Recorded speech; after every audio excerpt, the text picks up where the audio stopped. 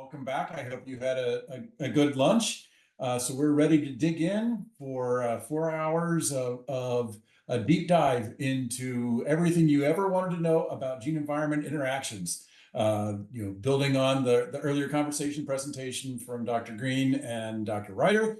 So we thought we would start out by turning the podium over to Kim McAllister, who is a program officer in our Genes, Environment, and Health branch, and is really one of the primary leaders across NIH in efforts to really understand the interaction between genetic susceptibility and environmental exposure.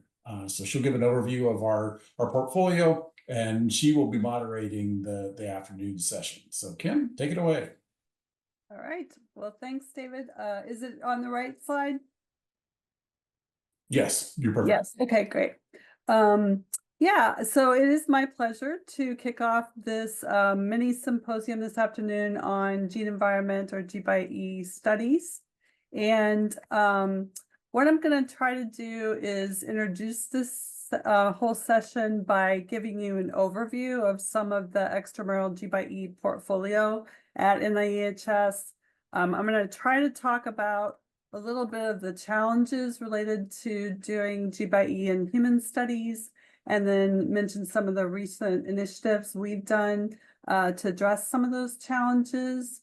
I'm also just going to mention briefly a few other efforts related to expanding this field, and also just give you kind of a flavor of the talks that will come this afternoon.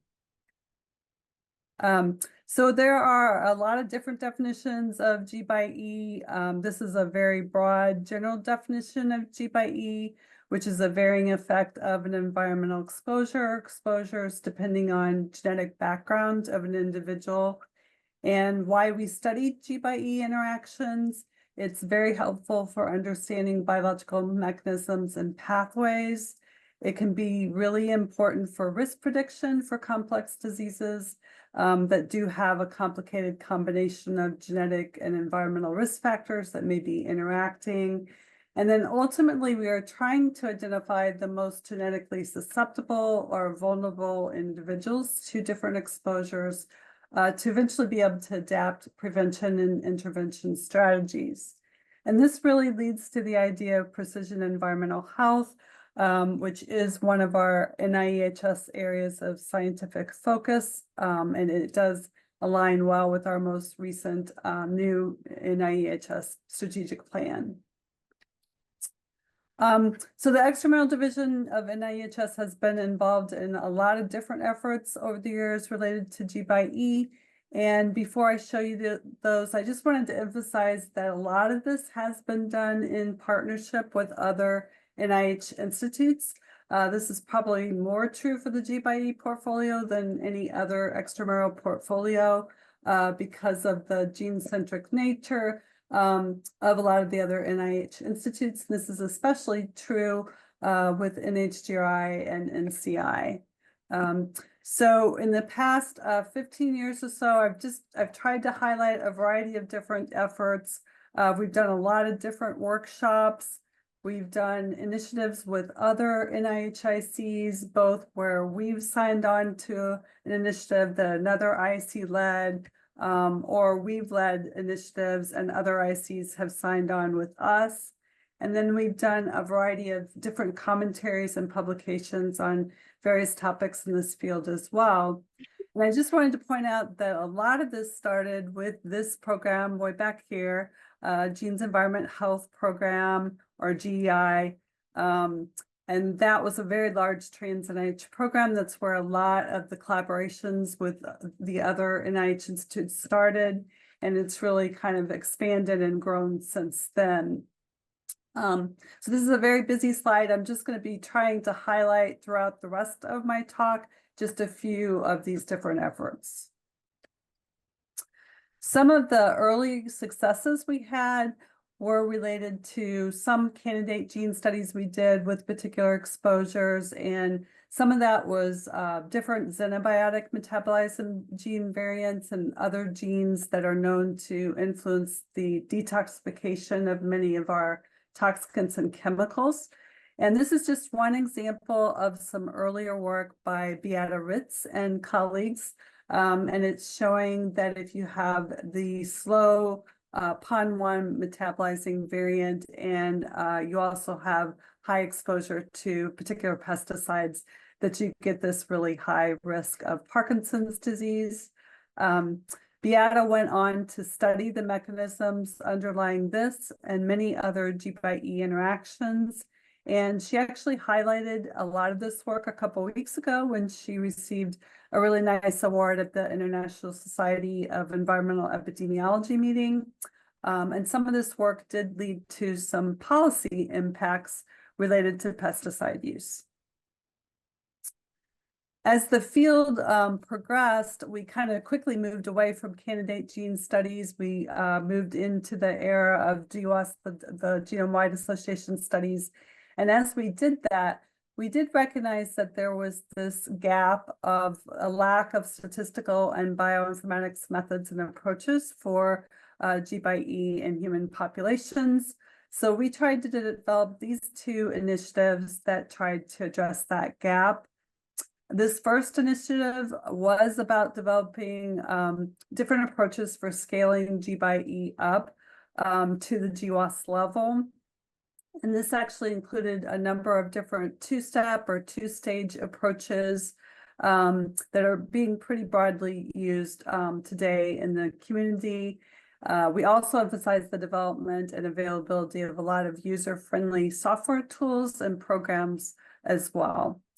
And I just wanted to point out that the USC group, it was funded under this initiative, and they have been really instrumental in the past decade in developing a wide variety of methods related to G/E.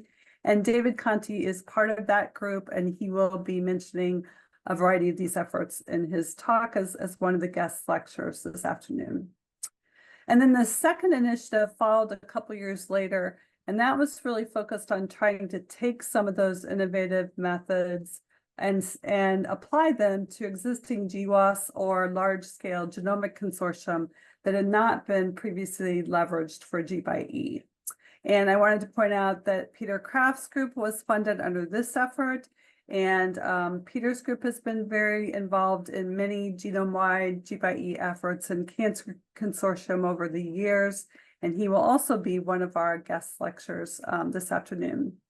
And for both of these efforts, you can see we did have quite a few other NIH Institute partners that contributed. And for that reason, we were able to fund a lot more grants than we normally are able to. I think we funded 10 with this one and 14 with this second one.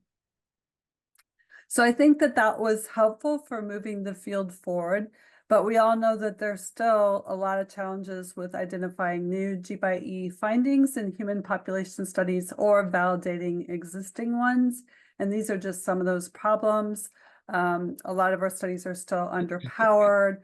We have the complexity of measuring environmental exposures, mixture dose, timing, and harmonization. There's sometimes just a limited range of genetic or environmental variation to be able to tease out G/E.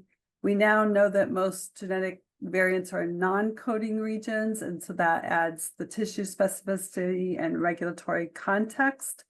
And then sometimes we get an exciting G/E in a human population study, but there just really isn't a second comparable population anywhere in the world that has the same sort of genetic background and the same variation of that particular exposure to be able to validate that finding.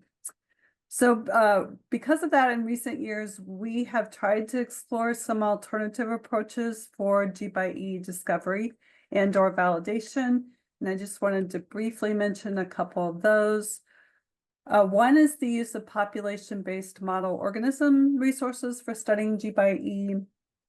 And one of the most popular mouse-based population systems is the collaborative cross, or the CC, and then the related diversity outbred, or DO.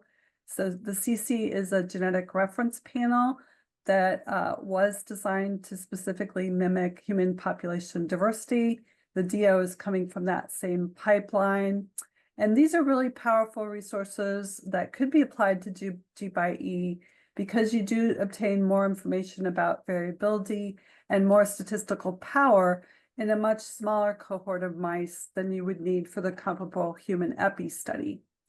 So we had a number of workshops on this and a commentary that was published, and then ultimately we did put out this RFA that specifically was trying to encourage the tox and environmental health science community to explore these population-based model organisms for G/E.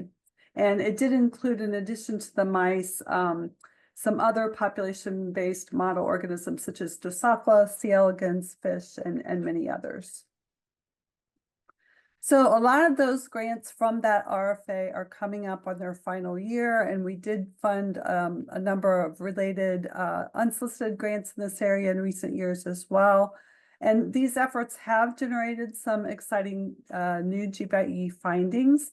And a lot of these investigators are now at the stage of trying to validate the G/E findings that they found in these population-based model organisms in human populations.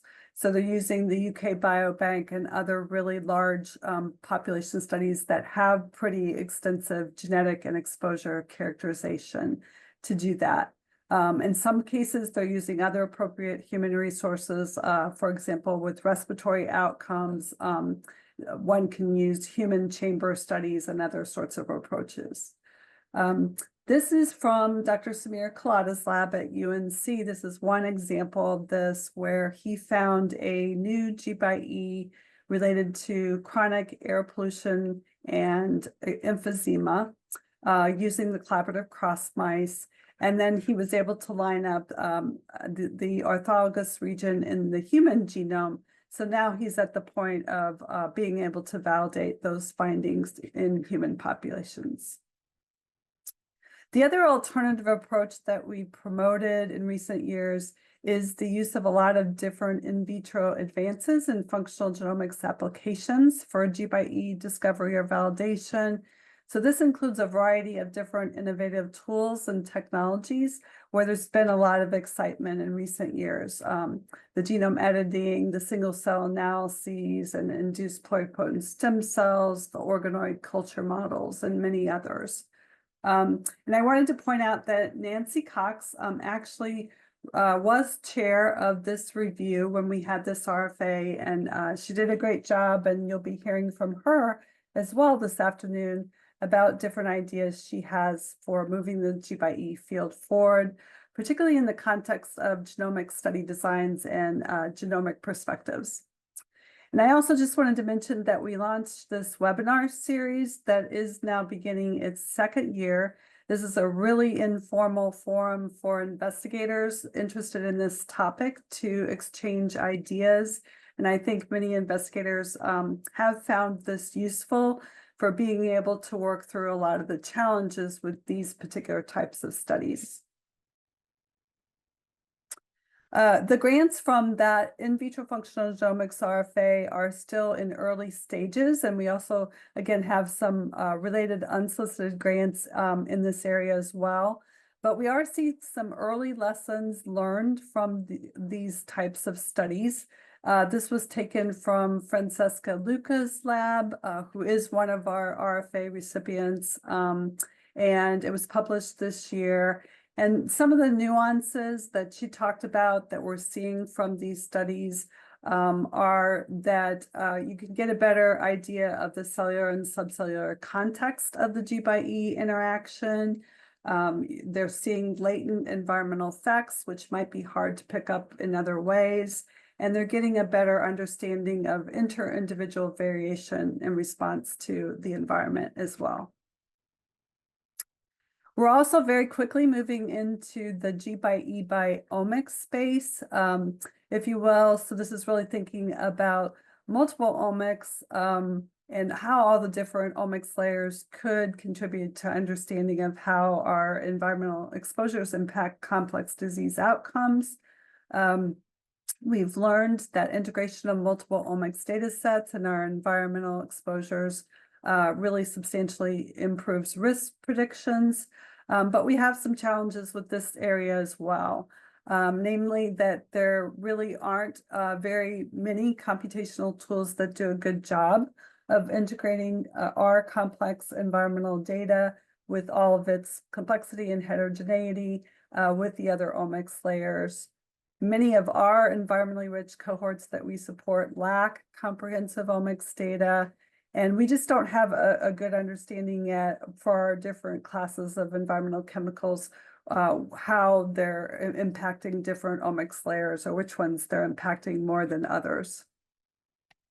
So we tried to support efforts in this area in the past few years. We had this workshop last year with NCI, and this was actually the first workshop coming out of an NAEHS NCI working group that's been active for a while now, kind of exploring collaborative efforts across the two institutes. It was especially focused on trying to explore gaps in some of those computational methods and approaches for doing this type of integration of our environmental data with other omics data. And there is now a detailed workshop report with lots of recommendations for moving this field forward, available online. And then we are also part of this MODE, the Multiomics for Health and Disease Consortium that Eric Green mentioned, and council's heard about this before. We're doing this with NHGRI and NCI. And the whole point of this is to hopefully establish better practices and methods for moving the multiomics field forward. And you'll hear a little bit more about some of the innovative computational approaches that will hopefully be applied to this consortium from David Conti this afternoon, because he is also part of this effort. And then I just want to mention a couple of other things related to G/E, our combined genetic environmental studies that we've had an interest in here at NIHS in recent years. And one of those is Mendelian diseases and environmental risk factors. And this is something that people typically don't think about our environmental risk factors in the context of classic genetic Mendelian diseases, because of course, these are diseases that are known to be caused by a single gene defect. But we are starting to see where different environmental factors do seem to impact either the onset, the progression, or the severity of these diseases. And I've shown here 4 of them with some of the environmental factors that seem to influence them. So we had a commentary and we had an American Society of Human Genetics symposium session that highlighted this topic in recent years. And we are starting to see some more grant applications exploring this topic. I did want to mention that Dr. Charmaine Royal is also one of our speakers this afternoon, and she has spent a large part of her career exploring some of the environmental and social and psychosocial stressors that impact sickle cell disease. So she'll be sharing some of that with us today. And then finally, this is my last point, which is that we are starting to have a lot of more interest in a lot of the LC issues related to G/E research. This is ethical, legal, social implications. And so we partnered with NHGRI to have a workshop on that in 2022. It really just exploring a lot of different LC issues related to genetic susceptibility to environmental exposures. And just one of those topics that we highlighted heavily in the workshop was report back of G/E findings, or otherwise known as return of research results to research participants. And so we wrote a review that really kind of tried to summarize a lot of what we worked on with that workshop. It's coming out soon in Genetic Epidemiology. And then last year, we also wrote this RFA with NHGRI and OSP, the Office of Science Policy. And it was related to exploring approaches for effective and ethical report back of either environmental or G/E findings. And we just awarded 8 awards and just did the first grantee meeting for that group. And I think you may hear more about that from David or Rick's report tomorrow.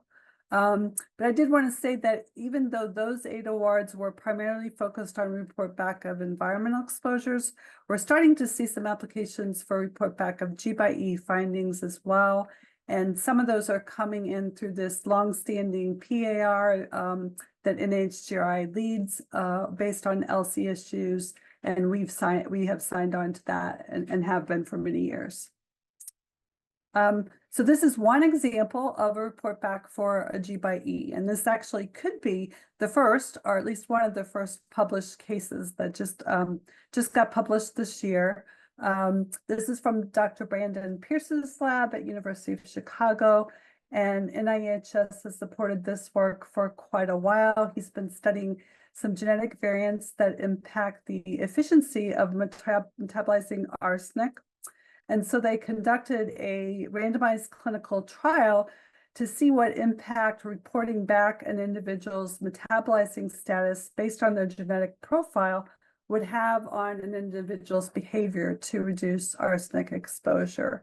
And they did see that the inefficient metabolizers did seem to at least be more motivated to reduce their arsenic exposure.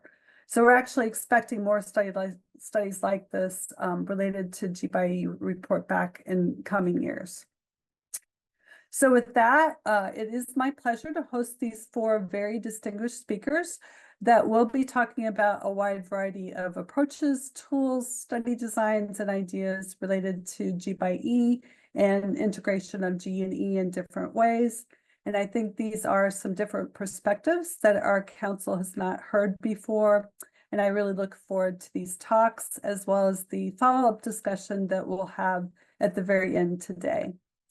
And so with that, I'm going to go ahead and stop sharing and go ahead and just introduce our first speaker. And that would be Dr. Peter Kraft, who is an internationally recognized leader in both biostatistics and genetic epidemiology of cancer. Peter was the director of the Genetic Epi and Statistical Genetics program at Harvard School of Public Health for many years, but recently he has joined NCI in the Division of Cancer Epidemiology and Genetics as director of their Transdivisional Research Program.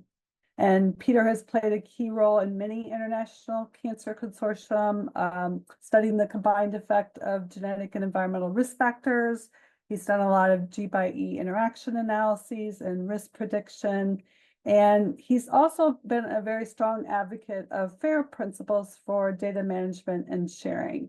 And I think he's going to show us some of all that today. So Peter? Great. Thanks, Kim, for the intro and for the invite. I enjoyed your presentation. I have some notes, things I need to follow up on, and I'm looking forward to the other speakers as well. And is everybody seeing my slides? That's good. Great. So, a lot has changed since 2003 when I first started working in this field, but a lot of the broad issues have actually remained the same, and they're still things we struggle with. So I will enjoy talking about those with you, and maybe we can think of some solutions together. But before getting into the nitty-gritties of the opportunities and challenges, it's worth reminding ourselves why we want to study both genetic variation and environmental variation in the same participants in observational studies. So on some level, philosophically, the study of gene-environment interplay is motivated by complexity. It's a recognition that genotypic effects, environmental effects are contextual. If a genotype influences how a xenobiotic exposure is metabolized, obviously, in the absence of that exposure, the genotype may not have any effect on phenotype. Similarly, the effect of an exposure could differ depending on your genotype, how well you metabolize a particular exposure. So this recognition of complexity also affects associations between genotype and exposure. So on some level, there's a relatively, it's actually quite complicated, but let's keep it relatively simple relationship between a genotype that may influence a behavior. So maybe it changes how you metabolize nicotine. So it influences how much you smoke if you start smoking. But there are other associations between genotype and exposures, which might be what we more traditionally consider an environmental exposure, exposures to particular pollutants, that may be driven by co-locations of certain communities with pollution sources, right? And that's driven by systemic racism and a whole history of the distribution of power in society that leads to what ends up being an association where folks who carry a particular allele are more likely to be in neighborhoods that share a particular exposure, not because having that allele causes you to seek out those exposures, but because of the historical factors that went into those associations. So those are all the kinds of things that I think we're recognizing when we say we want to study the genes and environment in the same samples. We want to measure them both. We want to model them both. I'm going to talk about that through the rest of the talk, but I do want to acknowledge up front that you can have that complexity in mind and still fruitfully analyze factors marginally. So genome-wide association studies are a great example of this. We don't think that the effect of a particular allele is perfectly constant in all individuals across all contexts, but an approach that looks at the effect of the allele marginally can be quite effective and has been quite effective in terms of identifying new loci.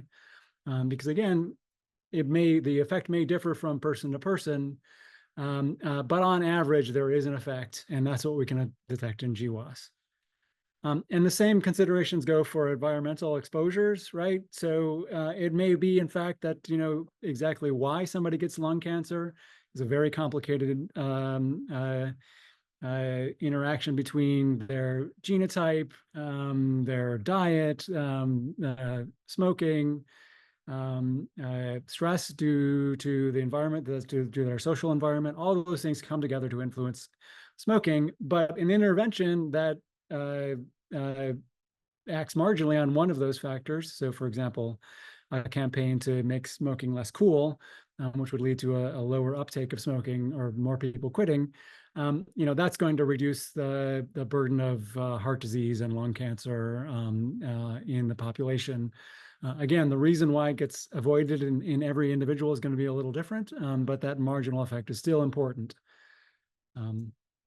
Okay, but so why do we want to study the genes and environment together in observational studies? And I keep coming back to sort of three basic points. We want to be able to leverage assumed effect modifiers to increase power. So again, if in fact it's true that the genotype only has an effect in the presence of a certain exposure, or has a much larger effect in the presence of a certain exposure, we can take that into account if we've measured the relevant exposure, and we incorporate that in our analysis accordingly. Studying the joint effects of genes and environment may also provide insights into biological mechanisms. I will note, though, that it's very difficult to go straight from the pattern of genes, environments, and phenotypes at the population level or at the study level down to what's the biological mechanism driving those patterns. There are lots of different biological mechanisms or causal mechanisms that could lead to that pattern. So absent some additional information, like some of the experimental results that Kim was highlighting earlier, it's really hard to actually understand the biology driving those. But I'll give at least one example where it's helpful. And finally, studying both genes and environment and other omics together may improve risk prediction and prognostic models. So in my world, I think a lot about risk stratified screening for breast cancer. So fine-tuning mammography screening strategies based on individuals' risks measured by their genotypes and other risk factors. So in that setting, you're actually using the information on genotypes and exposures to influence who gets the intervention. So who should get screened at an earlier age or more often. But it's worth highlighting here that these risk models may also inform a population level intervention, in the sense that they can identify that in fact there is a subset of the population who is at increased risk of a disease we care about, in the presence of an exposure. So the intervention, again, may be, so we're going to set the tolerance level for, I'm making this up, cadmium exposure or radon, right?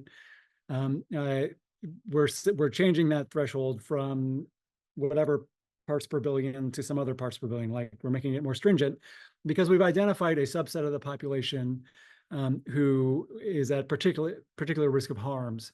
Again, the idea is not that there would necessarily has to be a personalized prevention, like I didn't get my genotype done before I installed a radon pump in our house.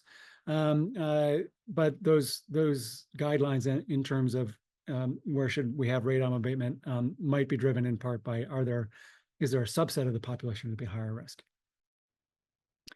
Okay, so I'm actually not going to talk about the other two bullet points in my slides. I'm certainly happy to talk about it in any if we have time for discussion on any of them.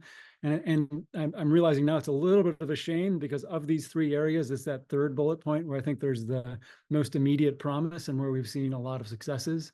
That by combining genes and environmental exposures, we can actually improve the discrimination, the gradient of risk that we can explain in the population, and that has implications, as I was just alluding to. But I am going to instead mostly talk about where I think there are still some challenges, and that's this idea of leveraging effect modifiers to increase power or to identify variants whose effect, however we define that, is modified by environmental exposures. So what have we learned over the last 15, 20 years of G/E research in large collaborative studies in cancer and other fields? And on some level, the answer is a lot. So I'll go back to my earlier comments about building risk prediction models. I think there's a lot of promise there. But on some other levels, the answer is maybe not as much as we had hoped originally. So this is a table that I pulled together this week of some recent studies that scanned the genome. So they did a genome-wide association study looking for loci that may be affected by different exposures. So each of these studies took a slightly different approach statistically, and I'm sure Dave will touch on some of these issues later. So some of them look strictly for interaction, like is the odds ratio difference or is the per allele mean difference different depending on whether you smoke or not. And others sort of just allowed for those effects to vary, but was mainly interested in just answering the question, is this variant associated with blood pressure, colon cancer, breast cancer? But the point is all these approaches have explicitly modeled environmental effect modification in some way to try and identify loci that might have been missed by taking this marginal effect that people usually use in GWAS, completely ignoring environmental exposures. So as you can see here in some relatively substantial sample sizes, come back to that in a second, the number of loci identified is typically small. You can count them on one or maybe two hands. And just to put these in context, the total number of loci identified through genome-wide association studies, so these marginal genome-wide association studies, is on the order of hundreds. So 136 for blood pressure, 200 for colorectal cancer, 250 for breast cancer. So the kinds of things that you can identify by bringing in the potential effect modification by environmental factors that we've measured, the gains from that are relatively small. It's on the order of 5% additional loci that you might identify over and above the marginal GWAS. So it's definitely not nothing. And potentially those are interesting loci because, again, there may be some reason to think that their effects are modified by environmental exposures. But it's not a huge order of magnitude gain in the number of loci we've identified, which is a little bit of a puzzler because, well, first of all, again, philosophically, we anticipate that all of these things are context dependent. The exposures that folks are looking at here are definitely relevant for the traits that they're looking at. So why aren't we seeing more G by E effect modification? Another reason why we might expect to see more is in experimental models. You see this all the time. So you look at Drosophila, pardon me, Drosophila mouse studies, you can find evidence of gene environment interaction. So why aren't we seeing that many in our human epidemiologic studies? So there's a number of reasons. One is limited sample sizes. So even though in the previous studies, we were able to assemble 30,000 colon cancer cases and 40,000 controls, or 70,000 breast cancer cases and 80,000 controls. That's still relatively limited to identify the kinds of effect modification that we expect to see, which is typically in line with the fact that most variants that are coming out of genome-wide association studies have fairly modest marginal effects. So for different statistical reasons, those are really difficult to detect, so we need large sample sizes. That's compounded by the fact that the environmental measures that we have are noisy. And we often get a snapshot, right? So we get, smoking behavior at baseline. We don't get the sort of the whole longitudinal over the life course measurement of the exposure. So it's a crude measure, and it's limited in its duration and the time scale. And finally, there's been limited diversity in the studies that we've largely included. So diversity on a number of fronts, both environmental diversity and in genetic diversity. So I'm going to talk about all of these things, but I'm going to start with talking about the limited diversity issue first. So this is a little cartoon from a editorial that Hugues Ascard and I wrote a couple of years ago, trying to make the point about why you might miss a gene environment interaction if the range of the exposures that you're sampling is limited. So the x-axis here is the exposure, the y-axis is the outcome, mean plasma rhubarb level, mean risk of breast cancer. And the two lines are, do you carry the deleterious variant or not? So taking this picture as a whole, we would look at that. Looks like there's a gene environment interaction. The relationship between exposure and outcome is different, whether you're a carrier or a non-carrier. But if your study only sampled the narrow range of the exposure over at the left hand of this figure, so that's what we've denoted as study A. In that sample, it might be really hard actually to see this pattern, and you might walk away thinking, yeah, there's really no, like the effect of exposure is basically the same in carriers and non-carriers. But if you were able to sample the whole range, as study B has been able to do here, then the pattern would become more clear. And there's, I'd like to give one concrete example of this with FTO. So this is a study that was published maybe 12 years ago, looking at the relationship between a particular variant in the FTO gene, physical activity and body mass index. So they had assembled 220,000 European ancestry participants, which was quite large at the time. And saw that there was a stronger association between this variant and risk of obesity among folks who were inactive relative to those who were inactive.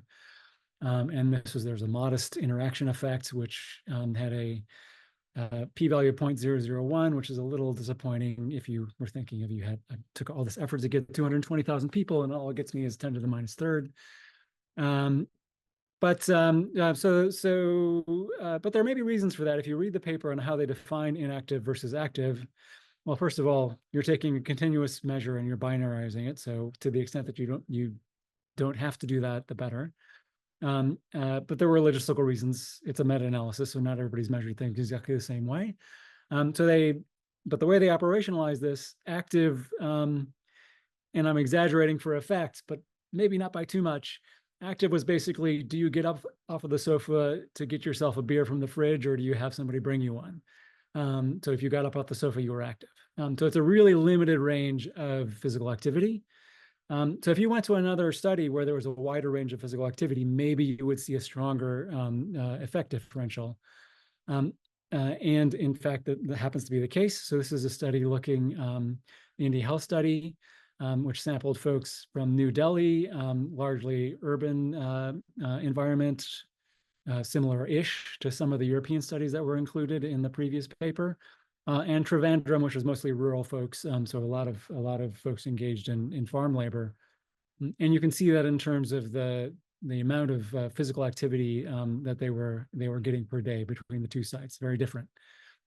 And sure enough, if you look at the gradient of the association between this allele and waist circumference in New Delhi versus Trivandrum, you see a much more pronounced gradient, and certainly much more stronger statistically in the Trivandrum samples, just because you've captured a wider range of the exposure. On the other front, increasing genetic diversity can also help us with identifying gene-environment interactions. This is one of the more straightforward examples. So this is an interaction between variation in alcohol metabolism genes and esophageal cancer risk and alcohol intake. So these are results from a GWAS that was conducted among Chinese participants. So you see a quite striking interaction here where the effect of being a drinker is quite different depending on your genotype. You would not have seen this in a European ancestry-based GWAS. In fact, there are European ancestry based GWAS, and we don't see this. And the reason you don't see it is because the relevant alleles are just exceedingly rare in European ancestry populations.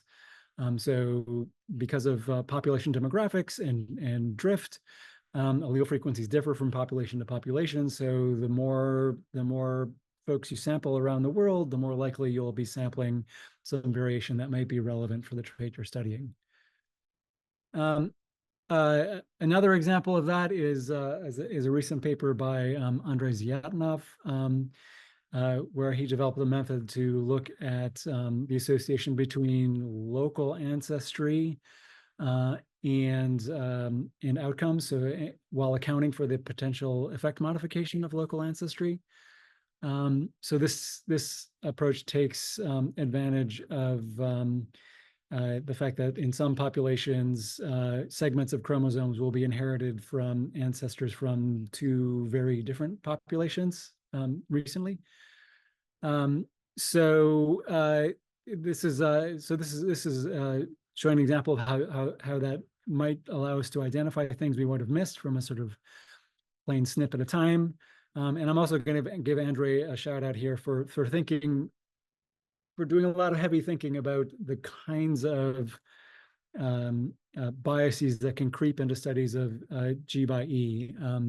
So things can actually get quite touchy, and depending on what you do or don't adjust for, you can have sort of main effects of either your exposure or genotype bleed over into what looks like an interaction, but is actually just reflecting the fact that both gene and environment are associated with your outcome without necessarily having a difference in the effect measure. So anyway, very, very, very thoughtful approach to that.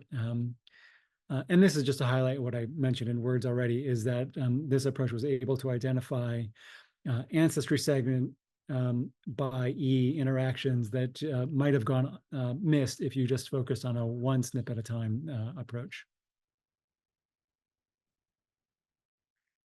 Okay, so now pivoting back to dealing with limited sample sizes and measurement error. So I've totally stole this meme from Duncan Thomas, who uses it to highlight the fact that in a lot of our large cohort and biobank studies, we've done a great job measuring genotype, or done whole genome sequencing in some cases. So we've got that covered. But when you go to look and see what about the environmental exposures, it's usually very limited, and like I was mentioning before, not capturing the time course of things like that, et cetera. So how am I doing on time? Yeah, I think we have till about 2 o'clock, Okay. maybe Um, 15 I, minutes. yeah, I want to save some time for discussion. So I'm just going to give a shout out to one emerging cohort that we're involved with here at the DCEG. That's the Connect for Cancer Prevention Study. Some of the things that we're trying to implement and issues we're struggling with, I think, are not unique to Connect. There are other cohorts, like new novel cohorts that are also trying to capture some of these same things. What we're trying to do with Connect is, make it as flexible as possible and a real resource for the research community. So where we're capturing not only biospecimens, electronic health records, but we're getting data from mobile and wearable technologies. I'll highlight in a second. We're trying to make linkages to GIS, and also getting precursor tumors and linking to cancer registries. We've been working very hard to make sure that Connect participants are representative of the diversity in the United States, and have done a reasonable job of that to date. This is just a highlight that we're trying to get, we're systematically getting information from different modules.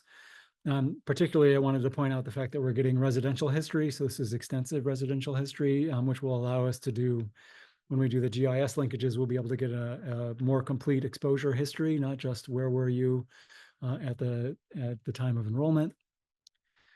We're developing new surveys and making these available to the research community. So these are on emerging exposures. And we've also developed a open source code to render surveys and capture the data. So mostly we did this so that we wouldn't be beholden to a proprietary provider, and gave us a little bit more flexibility and longevity. But this is a tool that's available for the research community. I mentioned the data linkages, so I think the fact that we'll be able to link to geospatial data is going to be a real benefit here. And we really do want to make this a resource for the scientific community. So we're looking to have a target data release by 2026. So that's available to other intramural researchers, extramural researchers, public, private. We really want to make this as broad as possible and as easy to use as possible. So we are putting those the details on those mechanisms right now. So hopefully by 2026, you'll be able to access the data as it's coming off in real time. And finally, I just want to close with the importance of cross-study collaboration. So as great as Connect or the UK Biobank or all of us or other emerging cohorts and biobanks are, they're always going to have, there's always going to be some questions that will need larger sample sizes, or just the diversity of exposures, or being able to replicate associations. We'll always need to be able to do cross-study collaboration. And some of the challenges to that are, I'm just going to highlight data interoperability, what we used to call data harmonization. So, often we're collecting data using different data dictionaries. It's hard to know what people have collected, and it's hard to know how to harmonize those to an individual standard. I wanted to give a shout out earlier to the GECKO Consortium and the Breast Cancer Association Consortium, who pulled together those studies of 70,000 and 150,000 people. There was a lot of work that went into harmonizing data coming from 20 or 30 different data dictionaries. It was done all by hand. There was a lot of people basically donating time to do that. So that's great. Going forward, there seems like there should be easier ways to do it, more reproducible. So we're not doing this every time we have a new study. So one of the things that we and other groups are thinking about is how to take advantage of generative AI to help with this, to both make the data dictionaries more findable. So I'm interested in several different ways of coding smoking, who has the relevant information that could be easily findable, and then it may not be possible to have AI just totally do all the harmonization for us, but it may be able to get us a long part of the way. So that's something to look forward to. All right, so I will just close coming back to our motivation, why we care, and talk about some of the paths forwards to meeting those goals. Going forward, we can increase sample sizes, and one of the ways of doing that is facilitating cross-study collaborations, including improving data interoperability. We can get more and more detailed exposure measurements like Connect and other cohorts are doing, and we can increase participant diversity, which would include both racial and ethnic diversity in the United States, geographic diversity, but also being mindful of other kinds of exposures, rural, urban, that may be relevant for the research question at hand. So with that, thank you, and I look forward to having a little bit of time for questions. Yeah, great, Peter. Yeah, we have time. Does anybody have any questions?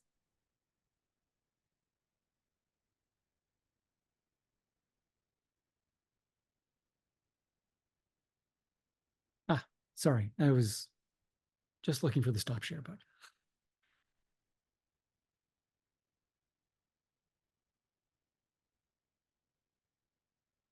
Stephanie, did you have a question?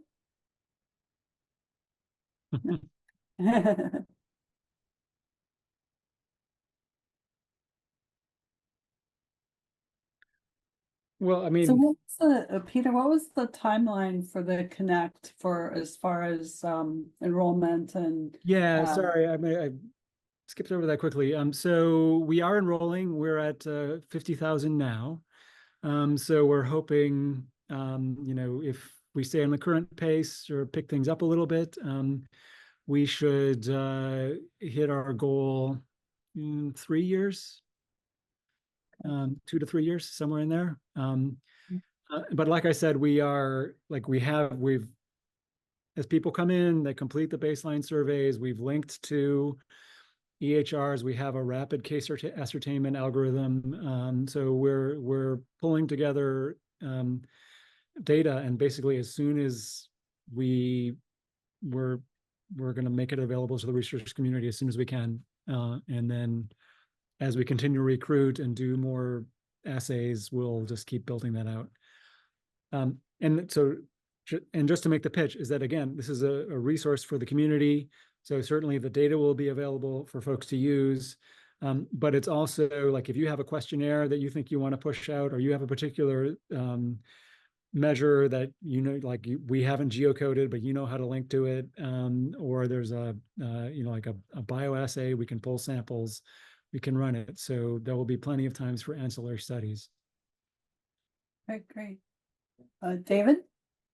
Yes, great talk, Pete. I just want to maybe get your thoughts a little bit more about the prediction versus characterization ideas of G by E.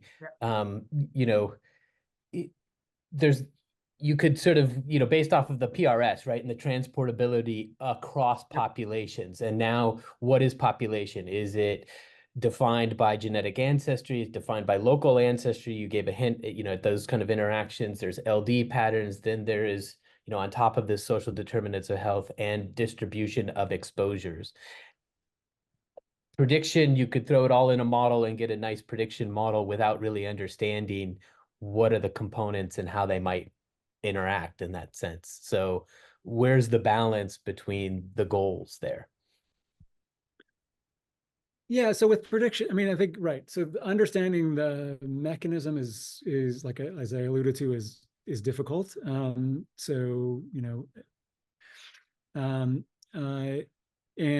for prediction or understanding the distribution of risk, or the distribution of the distribution of a trait across levels of G by E, you can do that sort of empirically, and you may be able to use that for stratified risk prediction or considerations around policy.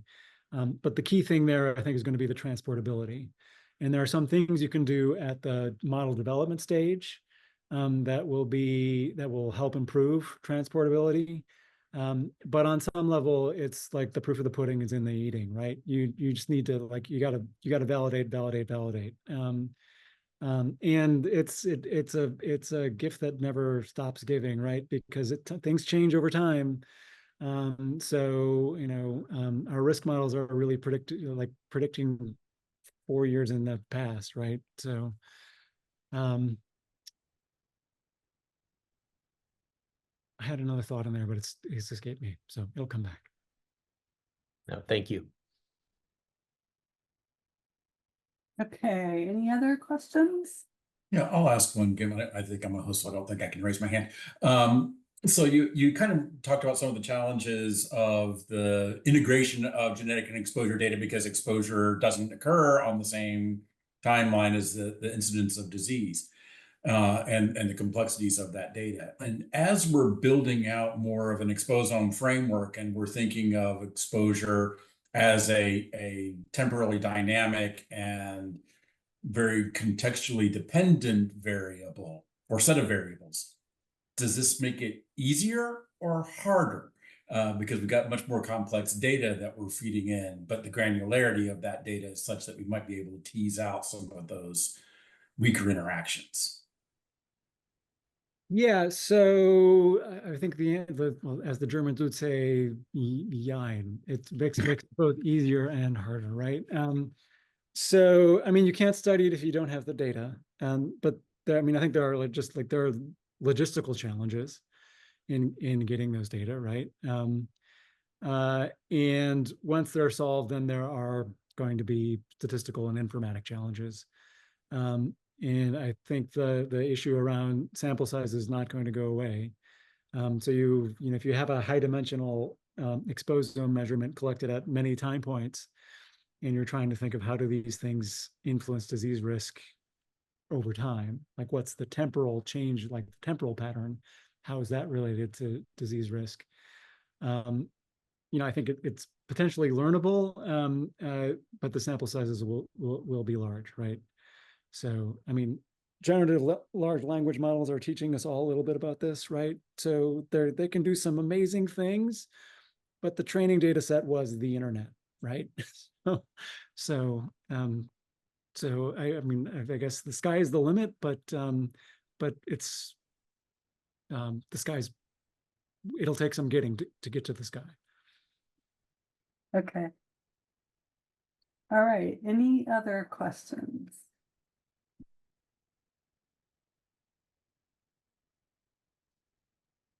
And Maria, I All see right. you came on camera. Do you have a question, Maria? Well, first of all, I just wanted to thank you, Peter and Kimberly, for this terrific presentation. And just listening to this, it brings to mind the balance that we discuss in the kind of the legal realm working with communities, which is on the one hand, information is always useful and important, but on the other hand, information about exposures without some sort of a recommendation or a fix that's possible can be really difficult. So I'm working in the well water realm. We have, over 25% of people in North Carolina are on well water, and there are all kinds of man-made and naturally occurring contaminants that are impacting people. So you were talking about the report back study with regard to high arsenic exposure, Kimberly, and I was thinking about how important it is to think about what the source is. So if it's, if my source is okay, just it turns out I'm eating a lot of mackerel or tuna or swordfish, so I can cut back on that. It's one thing, but if you're reliant on your well water, which is high in arsenic content, it's important that you know that. But all this just brings to mind how important it is to integrate the terrific work that you're doing to detect and bring all of this to the forefront and bring it into policy so that people can make a difference in their lives and do something about that exposure. So thanks so much.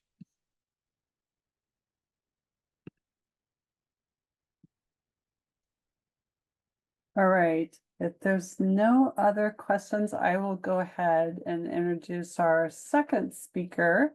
And that is Dr. Charmaine Royal, who is the Robert Keohane Professor of African and African American Studies, Biology, Global Health, and Family Medicine and Community Health at Duke University. She also directs the Duke Center on Genomics, Race, Identity, and Difference. And Charmaine's work has really focused on a lot of different aspects of ethical, social, scientific, and clinical implications of human genetics and genomics. And I had the pleasure of working with Charmaine on the HD Africa program for quite a few years, as she was an advisor for that program. And I mentioned already that she's done a lot of long-term work on many environmental and social stressors for sickle cell disease and trait. And she also co-chaired a recent National Academies report on the use of population descriptors in research. Eric Green just mentioned that this morning as well, and she's going to touch a little bit on that as well. So welcome, Charmaine. Thank you, Kim. I'm going to share my slides here.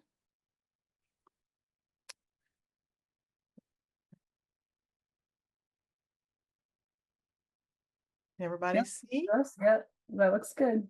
All right. Well, hello, everyone. It's good to meet you, even if virtually.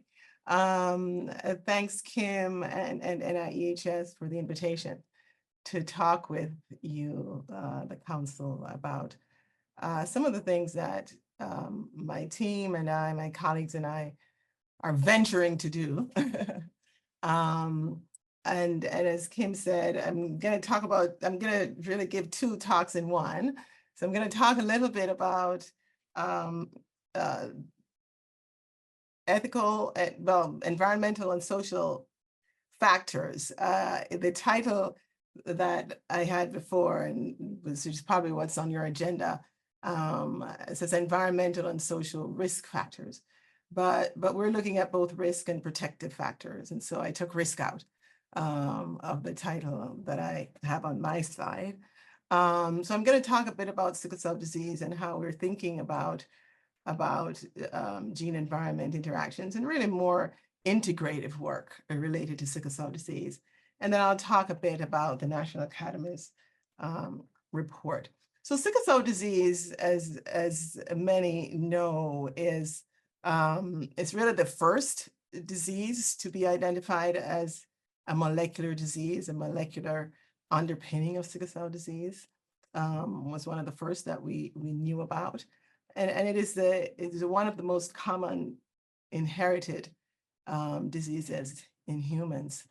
It has a global reach, and this map shows a bit of that in terms of the global reach of sickle cell disease. And this slide just touches on some of the things. More than 20 million people are affected with sickle cell disease across the globe, and most of those people are in Africa. In fact, there are 3 countries that have where 90%, at least 90% of people living with sickle cell disease live in 3 countries: Nigeria, the DRC, the Democratic Republic of the Congo, and India. But there are people with sickle cell disease all over the world. There are some parts of Greece that have more sickle cell disease than some parts of Africa. At the bottom there, I have the incidences for sickle cell disease in 3 countries, and these 3 countries are where my team and I, my colleagues and I, do some work. And so I'll talk about some of the things we're trying to do in these 3 countries. But as you see, the rates, the incidences of sickle cell disease vary in these different parts of the world. So our work is looking at the African diaspora and some countries in the African diaspora with the hope of expanding it further. And we're just beginning this work in terms of our efforts to expand it. So sickle cell disease, though Mendelian, autosomally inherited, resulting from just one nucleotide change in the hemoglobin gene, the beta globin chain of the hemoglobin gene, and results in a cascade of complications. Sickle cell disease affects virtually every organ of the body. The most common underlying cause of many of the complications is anemia, which influences the vaso-occlusion, the clogging of the vessels with the sickle cells, and pain episodes. The most severe complications and the complications that often take people to the hospital for treatment. But as you see, there are a range of complications and chronic organ damage, pretty much from the eyes to the toes for sickle cell disease. What many people don't know, though, we often talk about sickle cell disease. It's as a Mendelian disease, which it is in terms of its etiology. But there are also health disparities related to sickle cell disease. And some of these findings here, bullets here, are from a National Academies report that I served on as well, on sickle cell disease. Just looking at how sickle cell disease, the disparities and inequities that we see in sickle cell disease across the globe, just very similar to those that we see in terms of racial and ethnic differences and inequities, life expectancy differences, and as I mentioned before, Africa having a greater burden than many other places. Possibly related to some of these things, the resources that are available for sickle cell disease for research and public health initiatives are really limited, and in comparison to other conditions. This work from sickle cell disease just points to some of the disparities. Work from the CDC, sorry, point to some of the disparities that we see. Again, thinking about life expectancy, and some of these things might be related to just the disease itself. And that's the key in terms of trying to figure out what is and what's not related just to the fact of having this mutation and the outcomes that come from that versus other factors that may precipitate certain outcomes and certain inequities and disparities that we see.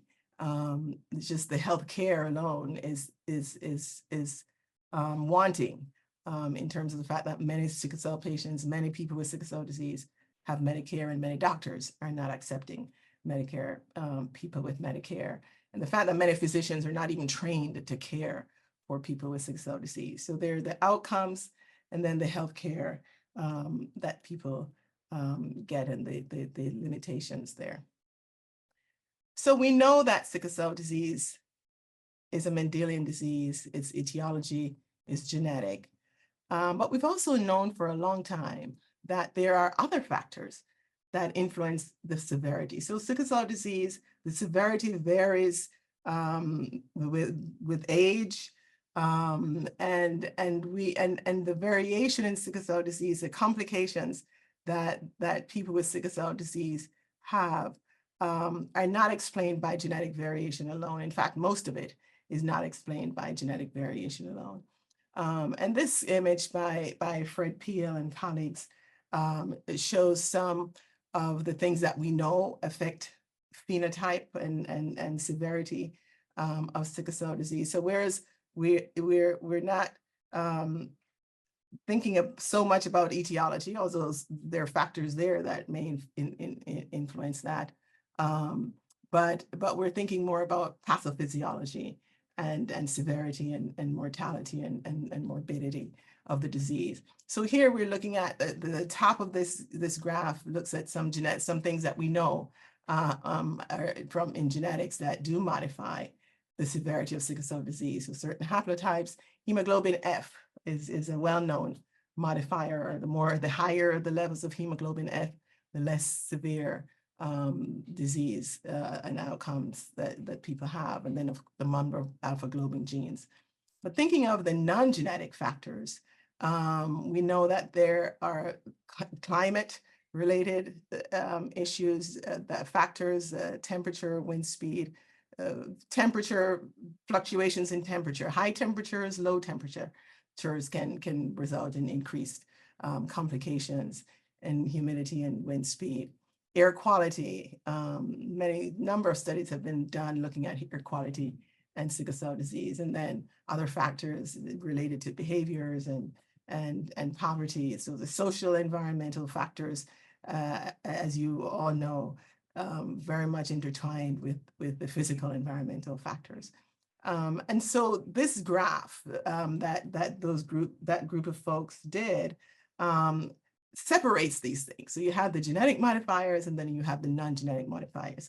There are very few people who are working on sickle cell disease that are trying to understand the interactions of these. And many of the studies that are doing this work are very limited in terms of the variables that they're looking at, and the kinds of outcomes that they're trying to assess.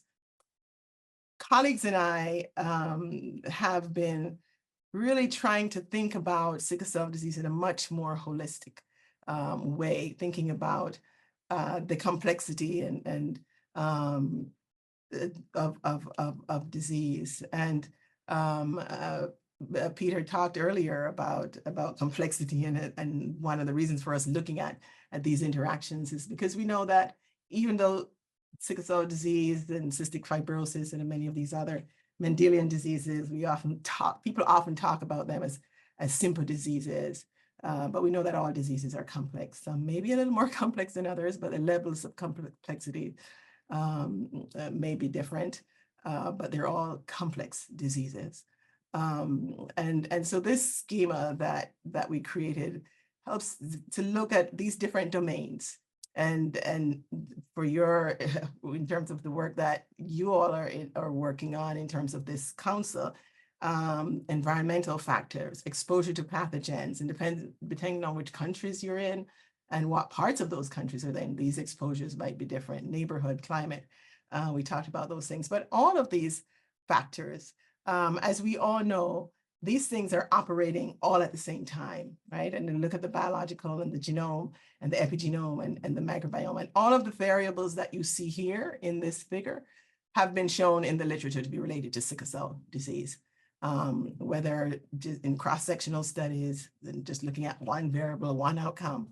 And at the top of this, we have some of the major complications, outcomes from sickle cell disease. Pain, as I said, is the most frequent cause for hospitalizations, but there are all these other complications. And some of these complications, we see them more prevalent in some populations than others, like leg ulcers. We may see that more frequent in some tropical countries than others. So our work and our interest has been trying to understand this complexity, so that our work and with people with sickle cell disease is not focused only on trying to find the next pharmaceutical drug, even though that is helpful, and we're doing lots of research now in terms of curative therapies, and it's great that the FDA has approved CRISPR technologies, and we have different types of gene transfer therapies that are in the works, and those are all great. But while we are waiting to make those available widely and accessible, people are living with the disease. So understanding the things that people can actually do to ameliorate some of the suffering that they're having, in concert with the medicines that they need to take. And so that's part of the goal. One of the things in a publication we did in 21 is from the image prior to this, we zeroed in on pain. And we did some preliminary studies in Jamaica, looking at pain and trying to understand the variables, the factors that influence pain. It was a small cross-sectional, well, small 4,000 people in the medical record. And we haven't published those data, we just have them as preliminary, but we from our study, we saw that people with sickle cell disease had increased probability of pain in lower temperatures, higher levels of rainfall, lower environmental zinc in our studies, and increased poverty. And some of those findings from our study are very much similar to other studies that others have done. So this image, we created this based on the literature on pain, lots of studies on pain in sickle cell disease, and those studies are even increasing now to try to look at pain more holistically. But we still feel that there's still gaps in the integration. Well, gaps in terms of the number and types of variables that people are including in the models that they're using. So looking at pain, this image, you see the 4 domains, biological, clinical, structural, mirroring the ones in our framework before. And the variables you see there, I don't know if you can see my pointer, but all of these variables around the domains have been implicated in sickle cell disease pain. Those arrows, the colored arrows that you see around the different domains indicate factors that have been shown to exacerbate pain in sickle cell disease. So for example, we're looking at structural environmental, residential area, decreased humidity, higher wind speed, air pollution. Those things have been shown to exacerbate pain. Where you see a dotted colored line with a ball at the end, those are things that have been shown to ameliorate pain. So increased atmospheric pressure. If we're looking at behavior, we see that low to moderate physical activity can be shown to ameliorate pain, but excessive physical activity can cause a problem. Looking here at biological, we see hemoglobin levels. High hemoglobin levels tend to result in a less severe course of illness. We have genes that the BCL11A, which is related to, it suppresses fetal hemoglobin, and variations in that gene have been shown to increase fetal hemoglobin. So BCL11A has been a target for a pharmaceutical target in terms of down-regulating that gene to increase the levels of fetal hemoglobin, and thus the course of illness for the severity of the disease. And so these are the other arrows, the arrows around pain just show the interrelationships between all these domains. So the domains, as you know, are related. Structural, environmental in ways are related to behavioral. Peter talked about some of those in terms of how these things are interrelated. And our desire is to kind of capture this complexity in doing prospective cohort studies. So we're in the process of developing those plans for that in these 3 countries, in Jamaica, Cameroon, and South Africa, and Cameroon and the US. We have South Africa too, but we're gonna focus on that a little later on. One of the other things we did, and one of the things we're hoping to do in this work is to, just watching my time here, is to develop what we're calling precision pain profiles in terms of the work we're doing now. So profiles that help us understand what are the different variables that come together to produce severe disease or severe pain, or medium amount of pain and low levels of pain. And this is a health timeline that we created.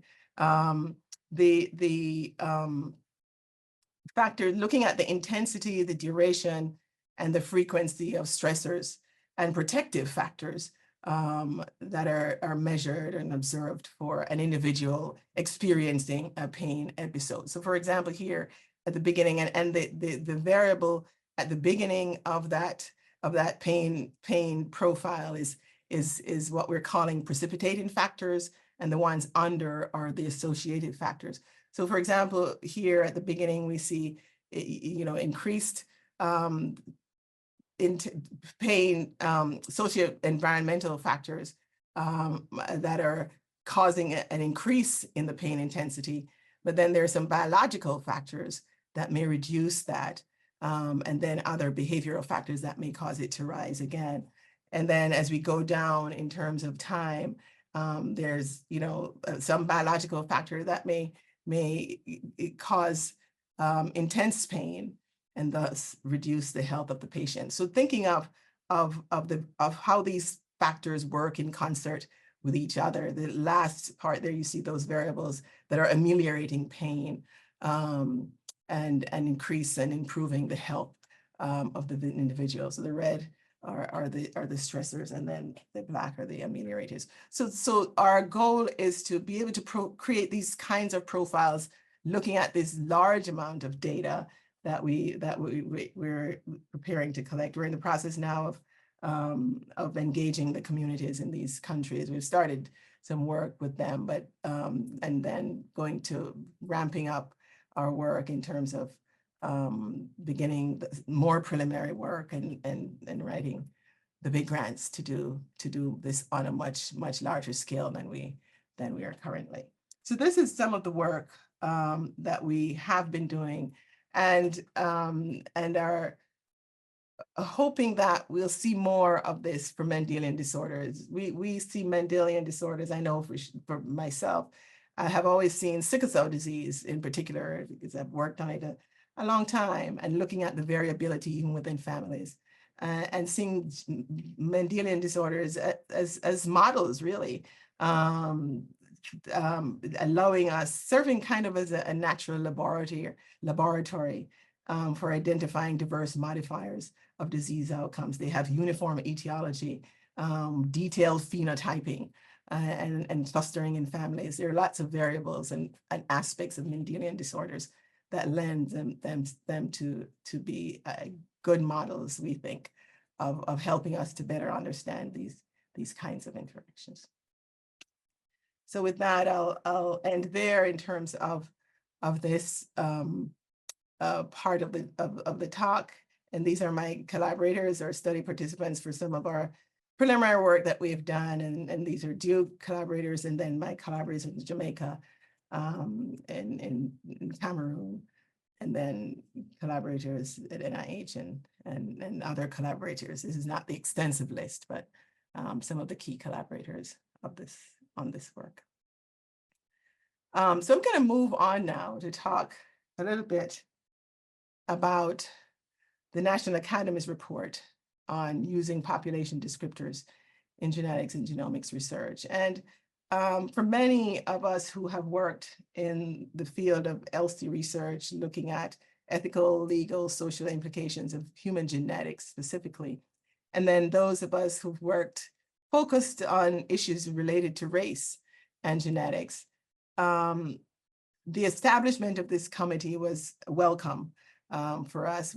Many of us have been to lots and lots of committee meetings and participated in meetings, trying to help us understand and change the ways, really, in which race is used in genetic research and biomedical research more broadly. This committee focused on the use of population descriptors in genetics and genomics research, and I co-chaired this. It was really an honor to co-chair this with Aravinda Chakravarty at NYU, and this awesome group of colleagues, a diverse group of colleagues, human geneticists, medical geneticists, epidemiologists, demographers, social scientists, legal scholars, a range of people from the US, and we had a colleague from Mexico. And so it was a very diverse group and very rich conversations as we tried to respond to the charge that we were given by the National Human Genome Research Institute. So the NHGRI, along with 12 other institutes and centers at the NIH, were the sponsors of this committee, and the National Academies implemented the work. And we were tasked with looking at how these variables, race, ethnicity, and other population descriptors, are used in genetics research try to figure out ways to help researchers who are using genetics and genomics in their work to use these variables more appropriately, thinking about what could get in the way of that happening, of us improving the use of these variables.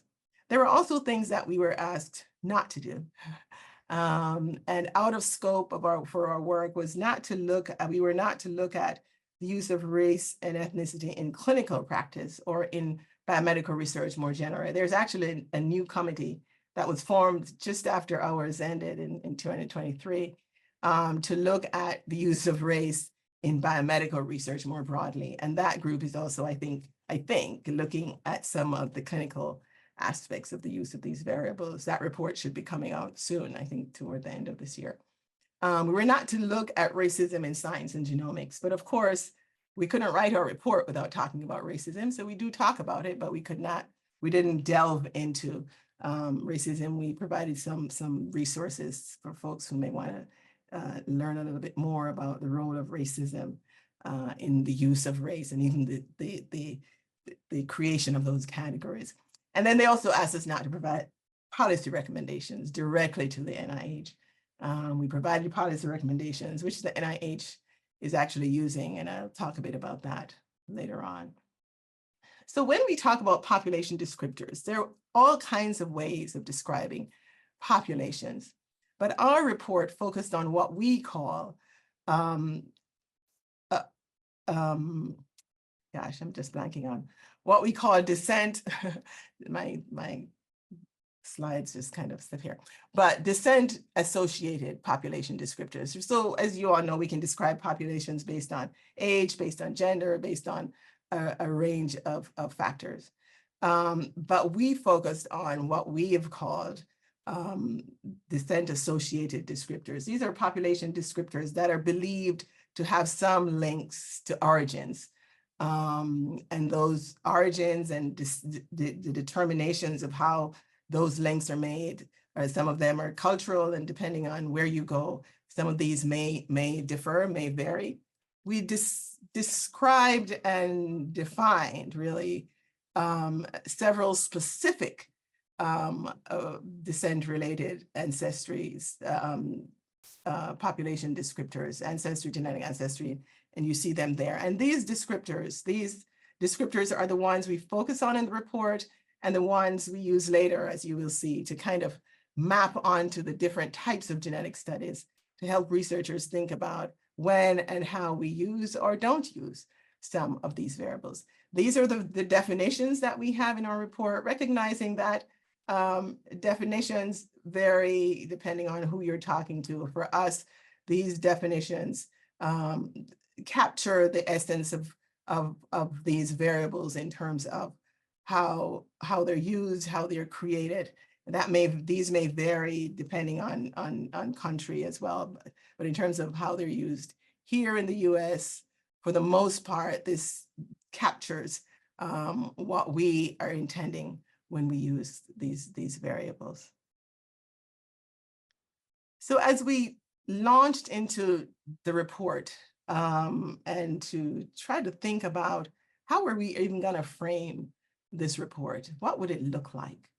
I think many of us on the committee, there were 17 people on the committee, and I said most of us had been part of just numerous of these types of committees trying to come up with guidelines and recommendations for how we use race or not in genetics research. And so we started thinking about what are some of the things that we think have impeded the progress thus far? What are some of the things that have allowed us not to get as far as we hoped we would be by now? And our framework reflects some of those thoughts and those ideas. One, we thought it important to set out a list of guiding principles, ethical principles and scientific principles, principles that are not dependent on these are principles that can be applied across the board, regardless of the kinds of studies you're doing. So respect, beneficence, equity, and justice, those are our ethical principles, respect for the communities that you're working with, beneficence, just trying to make sure that the benefits are maximized, the harms are reduced, and validity and reproducibility, transparency and replicability have to do with how we do our work and making sure that to the extent that researchers can, that they're transparent about what they're doing, because that also increases the replicability and the validity of the studies, but also how we're using these variables, why we're using these descriptors. And then we thought we would include some things that we think are critical, some things that have been the stalemates over the years in terms of impeding the progress of moving forward. And so we have three, what we're calling requisites, things that we think must be addressed for us to sustain the change. We can have some short-term changes, but we are talking about and wanting to implement some long-term change. And we have three requisites there: avoiding typological thinking, measuring environmental factors. I'll talk a little bit more about this. I'm hoping that this group can be excited about that, as excited as we are, because we believe that it's so critical.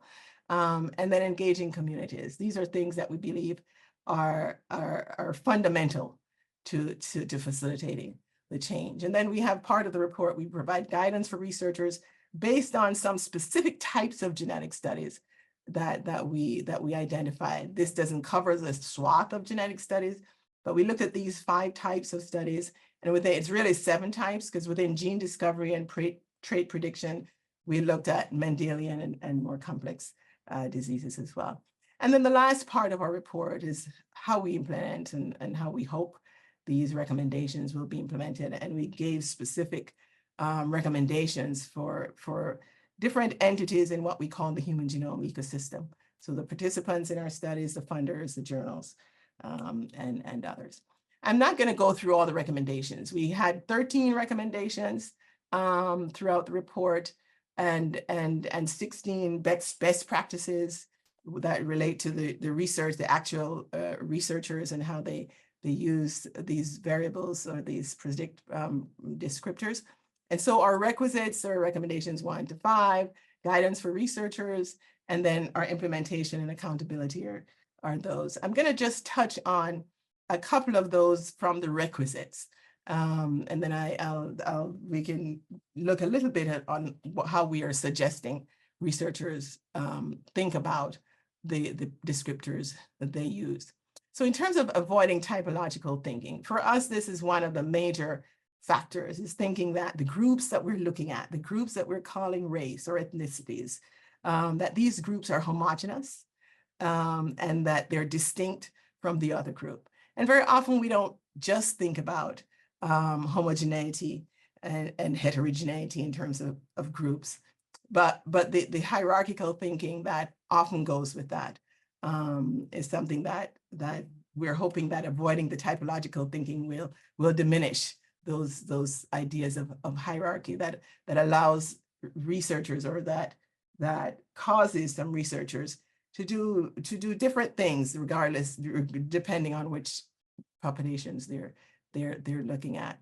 So our very first recommendation is that race, we focus on race for this recommendation, because even though we talk about a range of population descriptors, race is the one that has been most often tied to genetics, but also most often misused, and it's a big, I wouldn't even say elephant in the room. It's just the one that is almost seems intractable sometimes.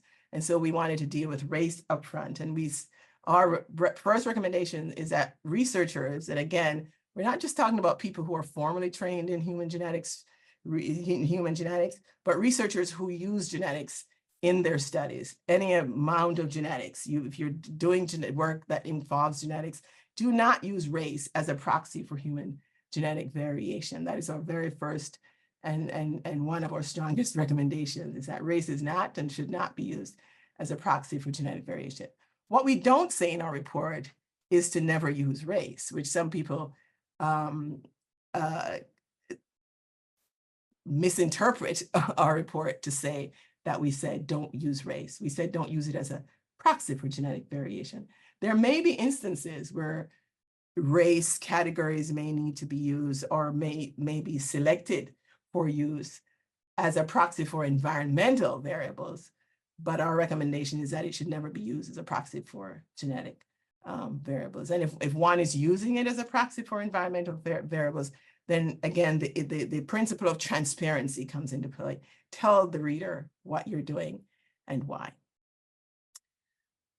For the environmental factors, our committee as a whole is very firm on this idea that we can, but we should not study genes outside of the context of the environment, because genes never operate outside of the context of the environment. So I know where our symposium here is on gene environment interactions, but our recommendation is that most studies that are looking at anything genetic should also be thinking about what are the other factors that may influence the outcomes that we're looking at. And so this is our recommendation in terms of environmental factors. And many geneticists will say, well, I don't know how to measure environmental factors. Well, we give you some tips about collaborating with people who do. So the integrative research and teams and collaborations, some of which we heard from Peter, and I'm sure we'll hear from David as well later on. The need for those kinds of collaborations is so critical and help us really understand what we're looking at when we're looking at genetic variation, what is causing these differences, and how are different factors influencing the outcomes that we are trying to understand. And then, of course, communities and engaging communities, understanding their needs and their interests, but also understanding how they want to be described, and to the extent that that factors into the labels that you use. It's important to ensure that communities are being respected, and that researchers develop fruitful and trustworthy and trustful collaborations with communities. I'm gonna wrap up soon because I know I'm running out of time, or have run out of time. But for guidance for researchers, so I talked about the fact that we looked at 7 different types of genetic studies, and our recommendation to researchers is that the labels that you use, the labels and the descriptors, because they're the labels and then the descriptors and the labels that go with those descriptors, deciding which labels, which descriptors to use should be based on the purpose of the study and the research question you're trying to answer. There may be times that no population descriptors, no descent-related population descriptors are needed. And I think very often we just default to using those variables, or we say NIH tells us that we have to. And NIH didn't tell us that we have to use those descriptors in analyzing our data. We may use it for recruiting and then for reporting. But in analyzing our data, our analyses need to be based on the questions that we're trying to answer, the purpose and the goals of our studies. We have this table in the report, and I'm sure they're not going to go into details in thinking about these different population descriptors, and we map the descriptors onto the types of studies.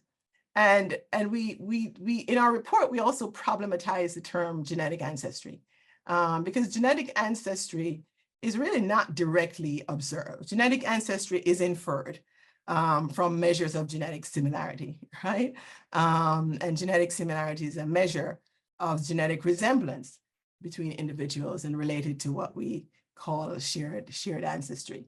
So sometimes we're talking about ancestry and we don't really need to look at these population groups. We probably just need to look at the similarity in terms of the genetic makeup of populations. And those could be just the number of genotypes that are identical between individuals. So how we think about the genetic information that we're trying to gather from these, and which labels best capture that, whether we need to be just looking at genetic ancestry, genetic similarity. So what we have there is whether when we use race, we see that, should not be used.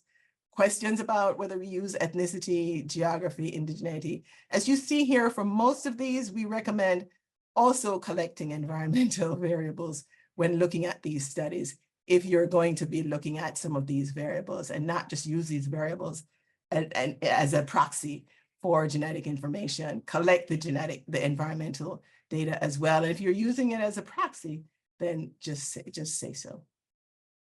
We talked about using race probably and you see that only for health studies related to health disparities, that race may be used as a proxy if we're using it as a proxy for environmental factors. But of course, our strongest recommendation in terms of environment is to measure those variables directly.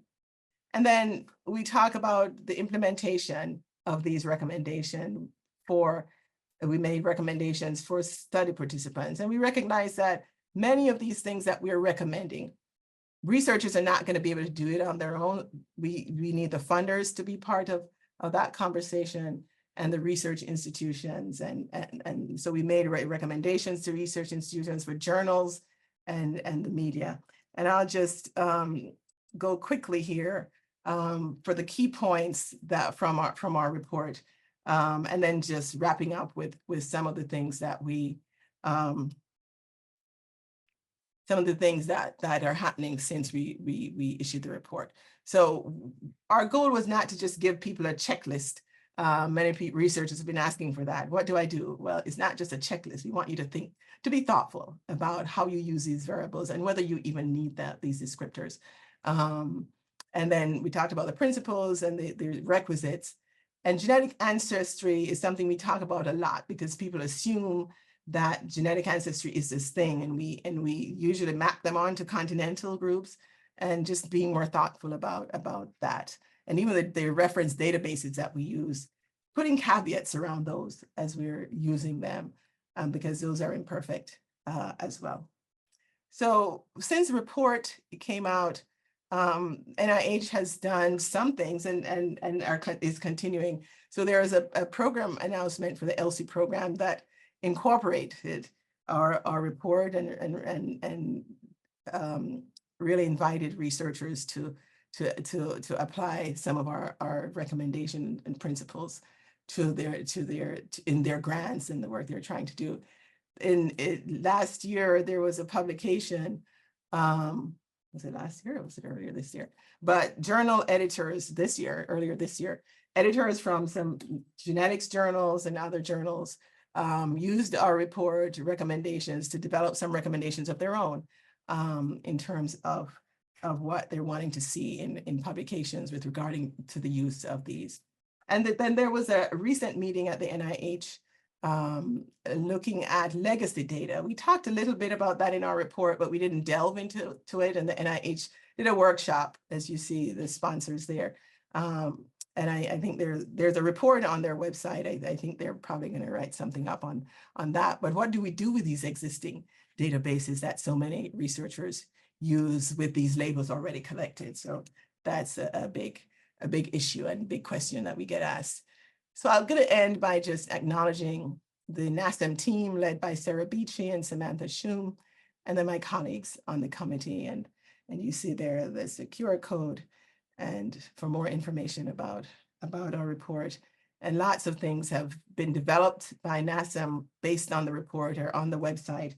Other resources, there is actually a decision tree for researchers to use as they're trying to decide based on what they're trying to do, what steps they need to take. And so I'll stop here. Thank you so much. Thanks, Charmaine. Thank I you. think we have time for a couple questions.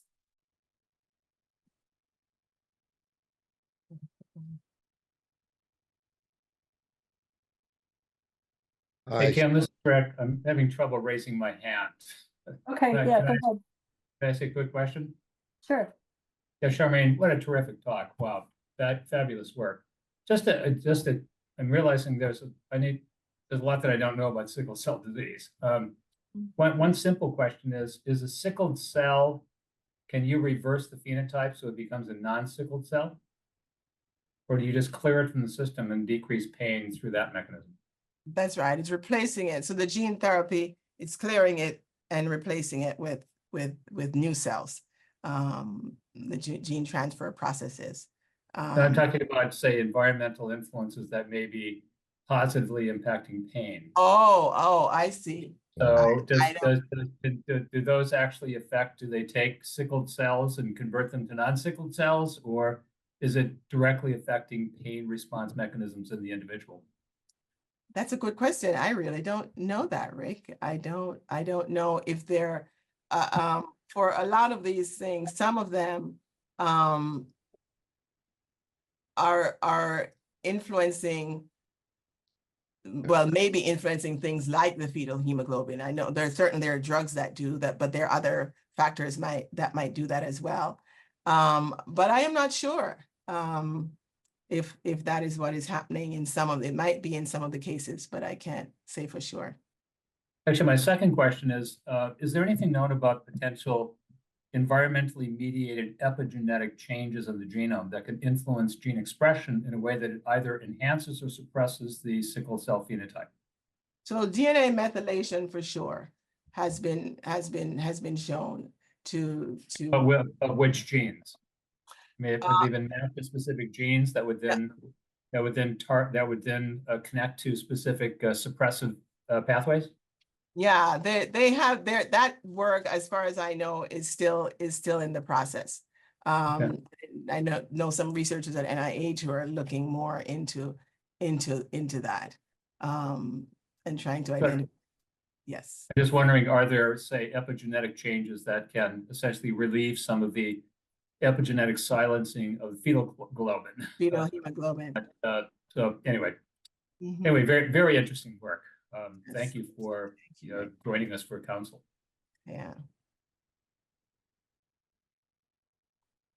I think some of your questions, Rick, are some of the things that are still unknown that we're trying to understand in terms of some of these mechanisms and for sickle cell disease outcomes writ large, really. Well, we better get some more money to you. Oh my gosh, that would be great. Charmaine, I just wanted to sort of follow up on that and from the director. And if you need collaborators in nociception and whatever, we'll be happy to talk to you about that in terms of those interactions with the environment. But, this is just great. I didn't know that, you were directly into this in terms of on the ground. And so we have cohorts here in Columbus and in Atlanta. And we're simply looking at microbiologic and immunologic links to health equity in these cohorts. Yeah. And so I certainly would like to talk to you offline here. Suffice it to say that we've noted that and demonstrated that nasal and airway microbiomes are totally in children with sickle cell. Children. That's for sure. Very, very distinct. And so I look forward to talking with you at a later That's right. Thank you so much, Daryl. And there are a number of studies looking at the gut microbiome and sickle cell disease as well, for sure. Dr. Miller doesn't know this, but one of my colleagues from here nationwide is now in the center that he started, Hercules, and they drug me into it. So Gary, you didn't know that, did you? All right. Thank you very much. Thank you. Looks like Gary has a comment or a question. Yeah, I had a comment about this, and it fits it very nicely, is that I'm involved in a project led by Melissa Davis at Morehouse. Oh, I know Melissa. And looking at it, it's, looking at the African diaspora and looking at all this genetic variability, but because of this Cancer Grand Challenge and the scale of it, we were able to include social determinants of health, exposomics, the biology and the genetics. But the challenge is it takes a very big grant to be able to do it. Absolutely. It takes a big grant and it takes a large sample, right? Yeah. And so we're excited to be part of that, but it's great to see the things that you were talking about all be included in that project. That's right. And you're so right about that, Gary. Big grant, big work. I know Peter talked about the tools, the computational tools. We have some machine learning folks on our group because the computational part of this is just massive. But yes, trying to put it all as opposed to focusing on one, variable, one outcome, trying to see how a multitude of things come together, knowing that they're all happening at the same time. So yes. All right, very good. Any other final questions? All right, if not, we will move on to our third speaker. And this is Dr. David Conti, who is a professor in the Division of Biostatistics in the Department of Population and Public Health Services at the University of Southern California. Also chair of cancer prevention and associate director for data science, excuse me, at the USC Comprehensive Cancer Center.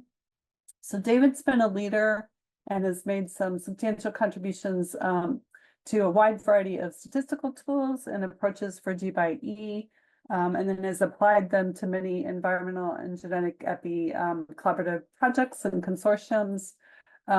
He's also recently been involved in designing innovative methods related to integrating multiple omics with environmental exposures. And so you're going to hear about some of those ideas today as well from him. So welcome, David. All right, thank you, Kim. Here, 1 second. Can you see this title slide? Yes. And also the cursor, because I do want to use that throughout. But yes, so thank you for inviting me to give a talk today on statistical approaches to integrate E with genetics, functional, and multi-omic data. A couple things here. I did choose the word integrate as opposed to interactions just because often when we look at environmental exposures and we include that with genetics or functional and most often with multi-omic, it's not necessarily what we would commonly call statistical interaction. There may be more to that integration. And so I just wanted to represent that with the title here. But if we do sort of take our first step and focus on genome-wide associations in a genetic perspective, conceptually what we're doing is we're going through and we're just testing the genetic variation of all the different SNPs, often 1 million, 20 million different SNPs, and we can look at that and see how it's associated to a trait of interest or a disease. Throughout the talk, I'll have sort of these boxes representing the omic data where the rows are really the individuals and the columns here are the features, just representing sort of the high dimensional aspect of this. But, really here with genome-wide association, we go through each SNP. We test it. We have plots like this. People are familiar with the Manhattan plots here. And, as Pete alluded to earlier, these have been successful, even though there may be interactions acting behind the scenes. And so we can ask the question with these GWAS, what are we missing? And so the idea is that SNPs with modest marginal effect that we've tested in a GWAS might be important in one or more subgroups. And so just as a cartoon to represent this, here we have on the bottom here, the unexposed group and the exposed group. And you can see that in this cartoon, the unexposed group has no genetic effect, and the exposed group has a genetic effect that's quite large in this particular case. And so it's that difference between those two effects, across the subgroups of exposure and non-exposure that we want to test with an interaction. But if we look at what we're capturing in the marginal effect, that depends on the prevalence of exposure. And so, what we see with a GWAS is really going to be dependent upon the exposure prevalence in that population. Here's an example of it being 50-50 of exposed, but we can certainly look at a population or another study that has 75% exposed, and we have a much larger effect there. And likewise, we could have less exposure prevalence and have a smaller effect in this particular example. And so rather than have our ability to detect this particular SNP of interest depend upon the exposure, we want to capture that difference directly. And that's the whole idea of sort of genome-wide interaction studies, or GWIS, is that we go through all the SNPs and we test them one at a time with an interaction with the environmental factor of interest. Statistically, what does that look like? Well, we do this for case control samples, which I'll be focusing on here at the beginning of this talk is we have a logistic regression. We include the main effect for the SNP, the main effect for the environmental factor. But what we're really interested in is this beta. This is capturing that difference between the effects of the SNP within the two different exposure groups. But of course, this has low power. So are we able to leverage other aspects of the case control sample with additional information that can help us increase this power? And so what are those other things that we can leverage? And so if we look within the presence of a G by E, so the truth is that there really is a G by E association, we can flip that coin around in terms of the GWAS and say, well, what are we missing? Now, when we look at G by E, we can say, well, what else can we gain? When we test the difference between these two effects, we can also look at the induced marginal association of G to D, given that environmental prevalence in the population. And so that's additional information that we can include in the analysis. We can also include the association of the genetic factor and the environmental exposure in a case control sample. So in a case control sample, we go into the population and we oversample individuals who have disease relative to the overall population prevalence of that disease. And by doing that, our sample will have individuals that will have the factor of G and E occurring together. And so that's the idea of a case-only style type of statistical analysis. But even in a case control sample, that will provide us information that we can leverage in doing these types of analysis. And so we have this two added bits of information that we want to leverage in the analysis. And so there's various ways that have been that can do this. And the first was really sort of proposed by Cooper-Bird and LeBlanc back in 2008. Where, again, using just the logistic regression, it was the idea of using a two-step approach, where the step one is used to filter out all of the SNPs that we don't need to look at. And so really the benefit here from a power perspective is really reducing the multiple comparison burden by having a step one that leverages the marginal association of the genetic effect on disease. And so this is the typical GWAS plot here from that association. And a lot of these SNPs that are down here have no induced marginal effect, and therefore they're very unlikely to have an interaction. And so if we filter those SNPs out in the first step, we can go on to a second step that is the conventional G by E test of association, but we do it for only a small number or a smaller number of SNPs, and that gains a lot of power in this two-step approach. Now, importantly, these two different steps are independent from each other, and so we're not increasing the type 1 error here as we go forward with the two-step approach.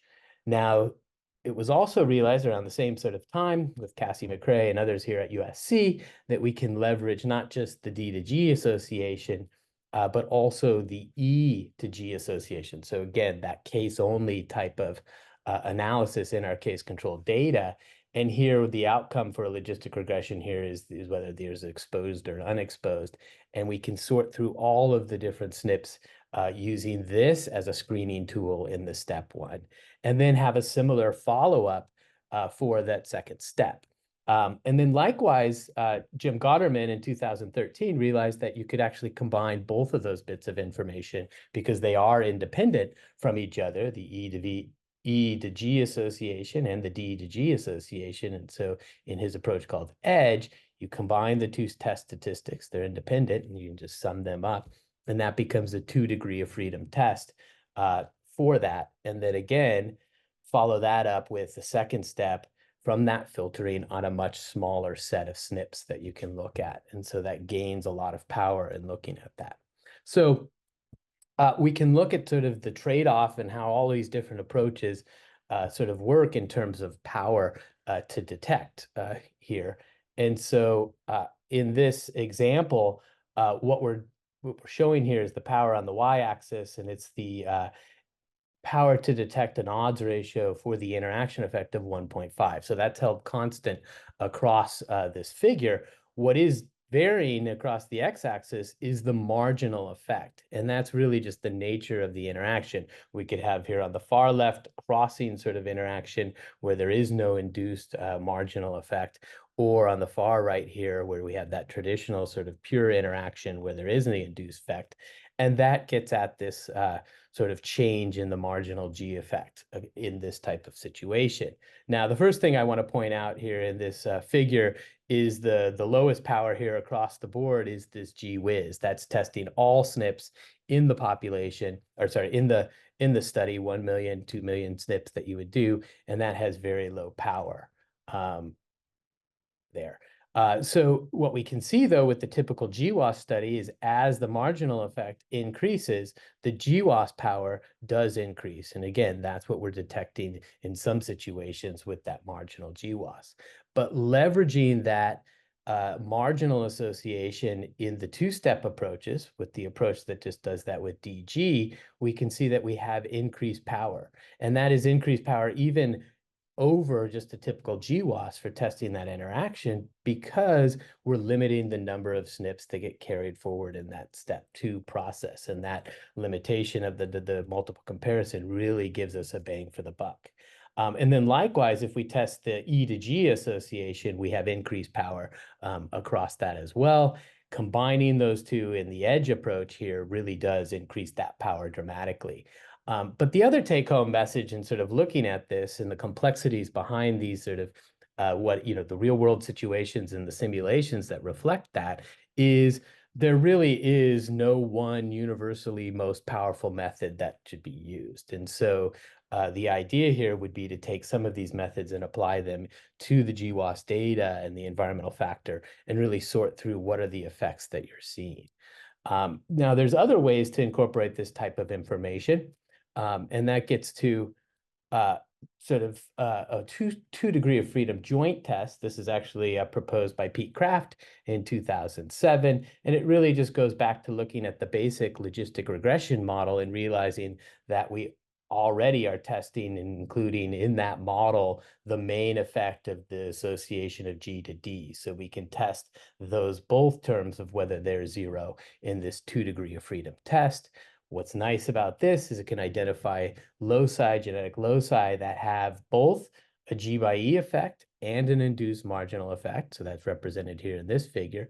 But it can also detect with the different terms a situation where you only have the G by E effect, but no marginal effect of G. And then likewise, the other alternative where you have a G effect, but no G by E effect. And so this is a nice approach to go forward because you're hedging your bets on what you can test there. Later on, Jim Gotterman and others here at USC realized that with a little bit of tweak of the model, we can actually test and include all 3 bits of that information. And so the tweak of the model really here is to model the genotype as the outcome of interest. And then in the predictor part, we actually include whether an individual is diseased or not, the exposure status, and then the interaction. All of the interaction here is equivalent to the typical interaction, but we also get the additional information of the association of G to D. So that's the standard GWAS, but we also get the G to E association, the case-only style, and then the interaction. So we can test those 3 terms with 3 degree of freedom test. And this is potentially more powerful for discovery because you're leveraging all those bits of information. And then we can perform simulations or calculate power for various situations. Here, this just shows in the situation of a G by E pure interaction, like we talked about earlier, as that in the odds ratio increases for that interaction, the power increases for all approaches because we're including that information. But for the 3 degree test, it is a bit more powerful because it's also including that induced marginal association. But certainly there's no free lunch. And in a situation where there is no interaction, including that extra degree of freedom to test these sort of that interaction effect will lead to sort of less power for that 3 degree of freedom relative to the 2 degree of freedom or just testing the main effect. So again, with all these different approaches, there's needs to be a way of, in terms of software, of implementing all of these things, and then looking at that sort of across any given situation. And that's what Jim Gutterman and other colleagues have done as part of the Fiji and Gecko project here. And Pete spoke a little bit earlier about the importance of getting the data together. So there's, quite a bit of time putting all of the 70,000, I think they're up to almost 100,000 now, individuals where they have harmonized E information as well as the GWAS information. And in a series of papers that have been coming out, they've been looking at different G by E methods, applying this across the board. And you can see the highlighted one of where those have been successful, pulling out novel SNPs. And they've looked at G by a host of environmental factors: well done red meat, smoking, exercise, diet, on colorectal cancer. And all of these analyses are included in an R package that's available to run that efficiently across those different approaches. So that's focused on sort of discovery of a G by E interaction, leveraging that information to really focus in on SNP discovery and including that as you go forward with characterization. But if we take a step back and look at where we are with just GWAS in general, there's a big push and a lot of research being done on looking at polygenic risk. How do we combine all of the signals that are within the genome-wide data into a single factor that can capture that risk? We can then use it for prediction or even further characterization. And just to be clear about what we mean here, the way people do this in terms of developing a polygenic risk score is it's the sum of the number of risk alleles for a given variant. So this would be 0, 1, 2, and the number of risk alleles across that. And there are various statistical methods that sort of approach how to develop this. They ask really two different questions. What are the SNPs that we need to include in this polygenic risk score? And there's sort of two competing approaches.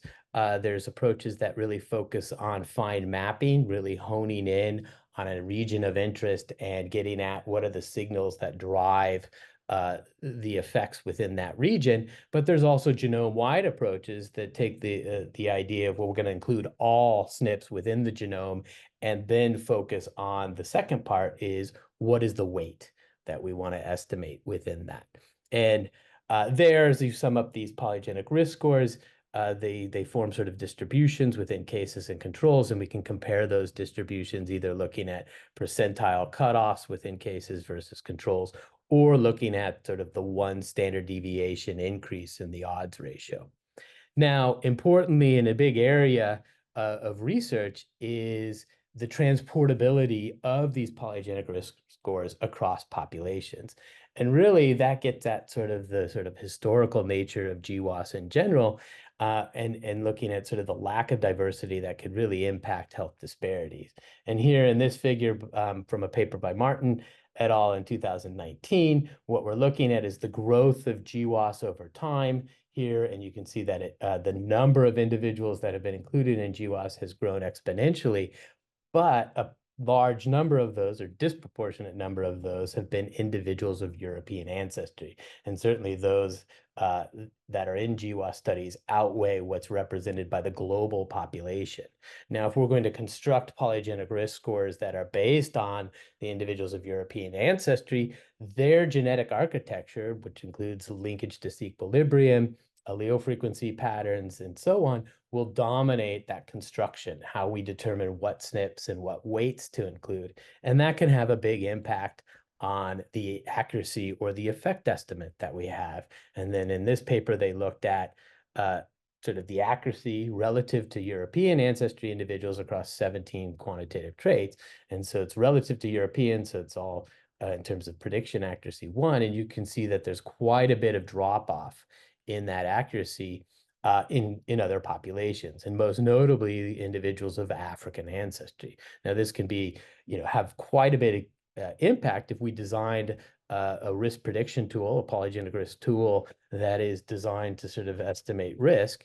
Let's take, for example, prostate cancer, the area that I work in, where we know that individuals of African ancestry have about a 1.5 to 2-fold increase in risk of incidence and mortality. And so now we've designed a tool that doesn't work well in that population, and that's exactly what we don't want to do.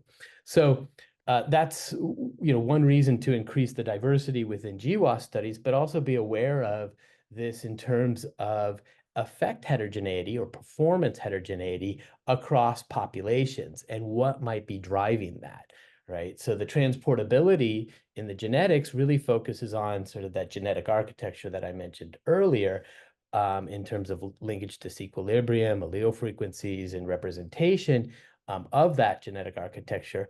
But it can also be a function of sort of other environmental factors that we need to. And again, the marginal association that we might see is going to be a function of the distribution of these other risk factors within and between populations.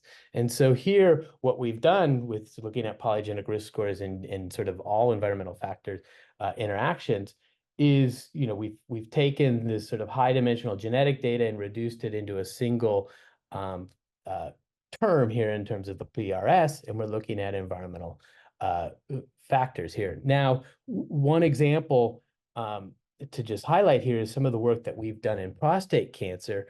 And what we've done over the years is really try to increase the diversity represented in the genetic data that we incorporate and develop our polygenic risk scores from. And so this is work with Chris Hyman. And our latest GWAS, we have over 156,000 prostate cancer cases, over 700,000 controls. This one compared to sort of the last GWAS, this is a 57% increase in the number of European cases for previous GWAS. So we're making an effort to increase diversity in terms of the ancestry across sort of the superpopulations represented here, but it's still predominantly dominated by individuals of European ancestry. And so here are the effect estimates that we get for the polygenic risk score in terms of a 1 standard deviation increase for that polygenic risk score. And you can see that the largest effect is in individuals of European ancestry. And although, we could argue on one side of the coin that we've done a good job of at least getting this polygenic risk score above 2 for all populations, it's still lower within our individuals of African ancestry. And so we could look at that as, is that this transportability issue, or is there something going on? What's another area that could lead, another factor that could lead to sort of this effect heterogeneity? And one thing that could be there is a distribution of other environmental factors that lead to sort of a difference in what we would see in that marginal effect. And so if we go there, one example would be age of onset of the cases. And here we have 2 different groups, the individuals of European ancestry, individuals of African ancestry. And within both of those groups, we see a difference in the odds ratio estimate for the polygenic risk score standard deviation between those individuals who are older age of onset, greater than 55, or younger age of onset. So if you're younger age of onset, there's a larger PRS effect. Now, what could drive a sample being, having cases that are predominantly older or younger age of onset? And one of those things could just be sampling of that case control sample, but another could be screening bias in when individuals are identified of having prostate cancer. And so that's something that can go on in identification of who has prostate cancer that could then impact the context of a PRS effect in our evaluation of that. And that gets us to the next step of really looking at sort of other factors that might impact the evaluation and the contextualization of the polygenic risk score. And this is a nice paper by Sarah Cromer looking at type 2 diabetes and obesity and incorporating social economic risk into that sort of in combination with genetic risk. So on the x-axis, we have genetic risk into quintiles of low to high. And within that, we have quintiles of social economic risk. And so this shows a lot in terms of within each genetic risk, there is the increase of the social economic factors in terms of the percent with type 2 diabetes. Across the genetic risk, there is that increase as well. If you go from the lowest group, combined group from the social economic risk factor and genetic to the highest, there's a 7-fold increase in risk. The other thing that's pointed out here is this is on the absolute risk scale. And so, yes, we're looking at interactions. There are differences between sort of the relative risk within the social economic factor here within each one of these risk groups, but it's also on the absolute risk of whether there, and you can see there's quite a big of difference on the absolute scale of going from low to high social economic risk in the lowest genetic risk quintile versus the higher, with a 9.2% increase in type 2 diabetes from low to high within that group. So this is sort of where a lot of people are focusing on now, is looking at sort of PRS by social determinants of health and in other environmental risk factors that may capture sort of that population distribution differences that might exist within across individuals. But we can also return back and not focus so much on the E part, but what about the polygenic risk score part of this as we go forward? And do we need all SNPs when we look at these environmental factors? And Jim Gotterman has looked at this recently again within colorectal cancer, and then using the 205 SNPs that have been sort of indicated from the latest GWAS study, they went ahead and annotated those using a program called ANOQ, in terms of putting those SNPs into genes. Then they used a program called Panther to put those genes into pathways and look at whether those genes were overrepresented than what would be expected. And in doing that analysis, there were 4 pathways that popped up in that as being overrepresented in these sets of SNPs as captured by the annotation and the pathway analysis. And so the 2 I want to highlight here, the gonadotropin releasing hormone receptor pathway and TGF-beta signaling pathway. And so we can then now put these SNPs into pathway groups and then analyze those SNPs, those PRSs constructed with just those SNPs with interactions. And so they went forward and they looked at sort of these new sets of these PRSs with interactions with NSAIDs. And you can see that all of these have sort of a marginal effect of the impact of the PRS because they were discovered through GWAS. They do have an effect. But, you know, for the PRSs that are constructed by just pathway specific, they're much lower effects. But when we look at the interaction with NSAIDs, we see that at least for TGF-beta and the gonadotropin receptor, there is an interaction that exists with NSAID use, with a slight decrease in risk with the NSAID use for that as the PRS increases. Now we can look a little bit further in those 2 pathways and look at the overlap between the SNPs. And so TGF-beta has 5 SNPs, 3 genes that are included by that. The gonadotropin pathway has 7 SNPs with 6 genes, and they actually share 9 SNPs with 6 genes shared. And so using this information, we can sort of parse out PRS in many different ways. We can look at all the SNPs that define the TGF-beta pathway or the gonadotropin. That's what we saw on the previous slide. But then we can look at sort of the combination, all the SNPs, the 21 SNPs from everything, or the unique SNPs. And one of the interesting things when you look across that pattern is you notice that the only one that doesn't show a significant interaction are the SNPs that are shared. So it's really suggesting that the TGF-beta pathway and the gonadotropin pathway act independently in this interaction, at least as it's captured through sort of the SNPs and that interaction as in constructing it as a PRS with NSAIDs. So from an overall perspective, it kind of pushes us to the next step of saying, well, can we clarify the impact of each one of these SNPs within the PRS, whether it's a small set of SNPs or even genome-wide? Can we clarify the effect of each one of those SNPs with omic data that captures that underlying biology and importantly, the measured omic data that we can get on studies. And then in a broader sense, we can not just focus on the PRS, but also environmental factors. And this leads us to sort of the overall framework of what I would call omic mediation, where what we're interested in is separating out whether it's a PRS or the environmental exposure, what's its impact through the omic data that we have measured, and what's the direct effect that might be on the outcome of interest. And so, you know, as I've touched upon before, there really is no one way to approach this.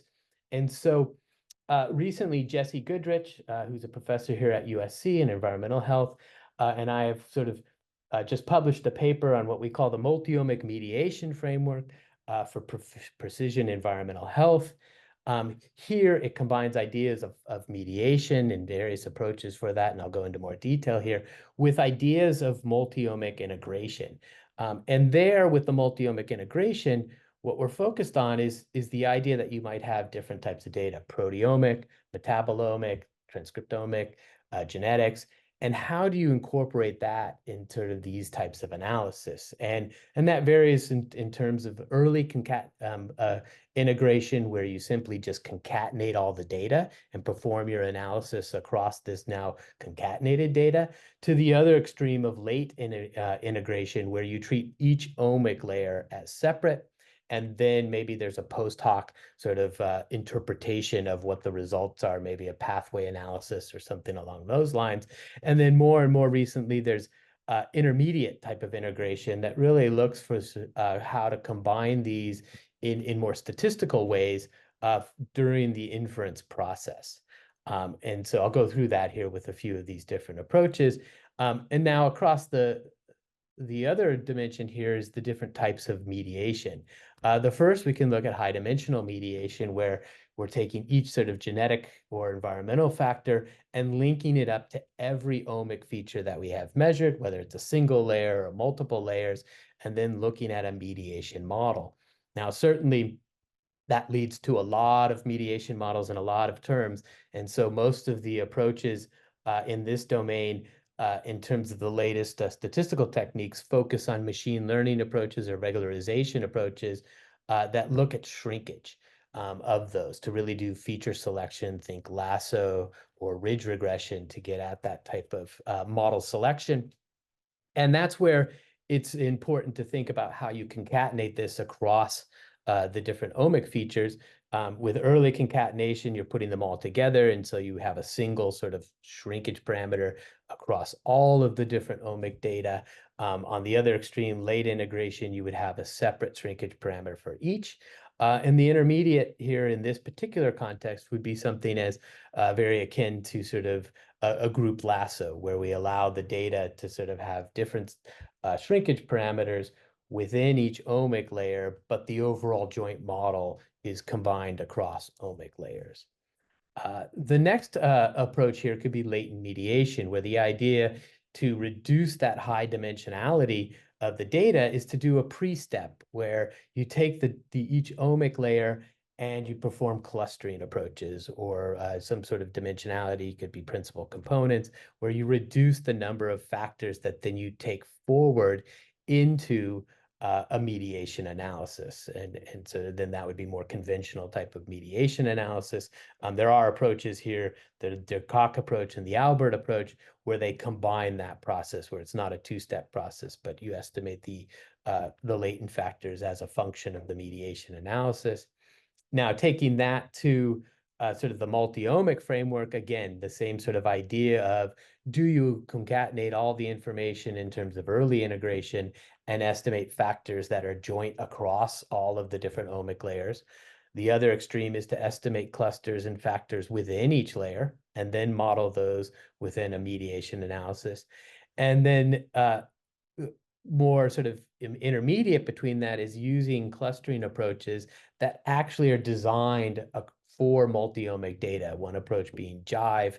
And there's some others that basically look at the within and between variation when they do their clustering, to then perform the mediation type of analysis. And then finally, there's an approach that we've been pursuing, which we call LUCID, which stands for latent unknown clustering, integrating omic data and disease. And the idea here is not to really perform a formal mediation analysis, but to just use all the data to estimate clusters and their relationships to each other. And then within the multi-omic framework, that allows us to sort of estimate these clusters as a function of early concatenation, all the data, but we can expand that out and look at sort of intermediate integration, where we estimate clusters that from each omic layer, but they form an overall sort of analysis and how they're related to the environmental factor or the outcome. Or the other approach, the late integration, each omic layer estimates its own cluster, but there's a process to this. Maybe believe that we have omic layers measured across time, or there's biological understanding that maybe transcriptomic precedes proteomic, precedes metabolomics, and so on, and we want to model that process as well. Now, just to give an example of this analysis and what we get out of it, as part of that paper, we looked across all the different methods that are showed in that 3x3 sort of grid, but I'm just highlighting one here. We looked at the impact of mercury exposure on childhood risk of liver injury. And so this figure here is looking at sort of what we call the intermediate integration with Lucid. And to orient you to this figure, the thickness of each line here represents the size of the association between the two sort of nodes. And just walking you through what this says is, as mercury exposure increases, your probability of being in the methylation profile cluster 1 increases. If you're in that cluster, then the risk of liver injury also increases by that red line there in connection to the outcome. Now, the methylation profiles are defined by these features that have been selected as part of the process, and we can see that they're sort of in this case, these features are selected, and it's really being sort of large effects for each one of those in the negative direction as to sort of small effects in the positive direction.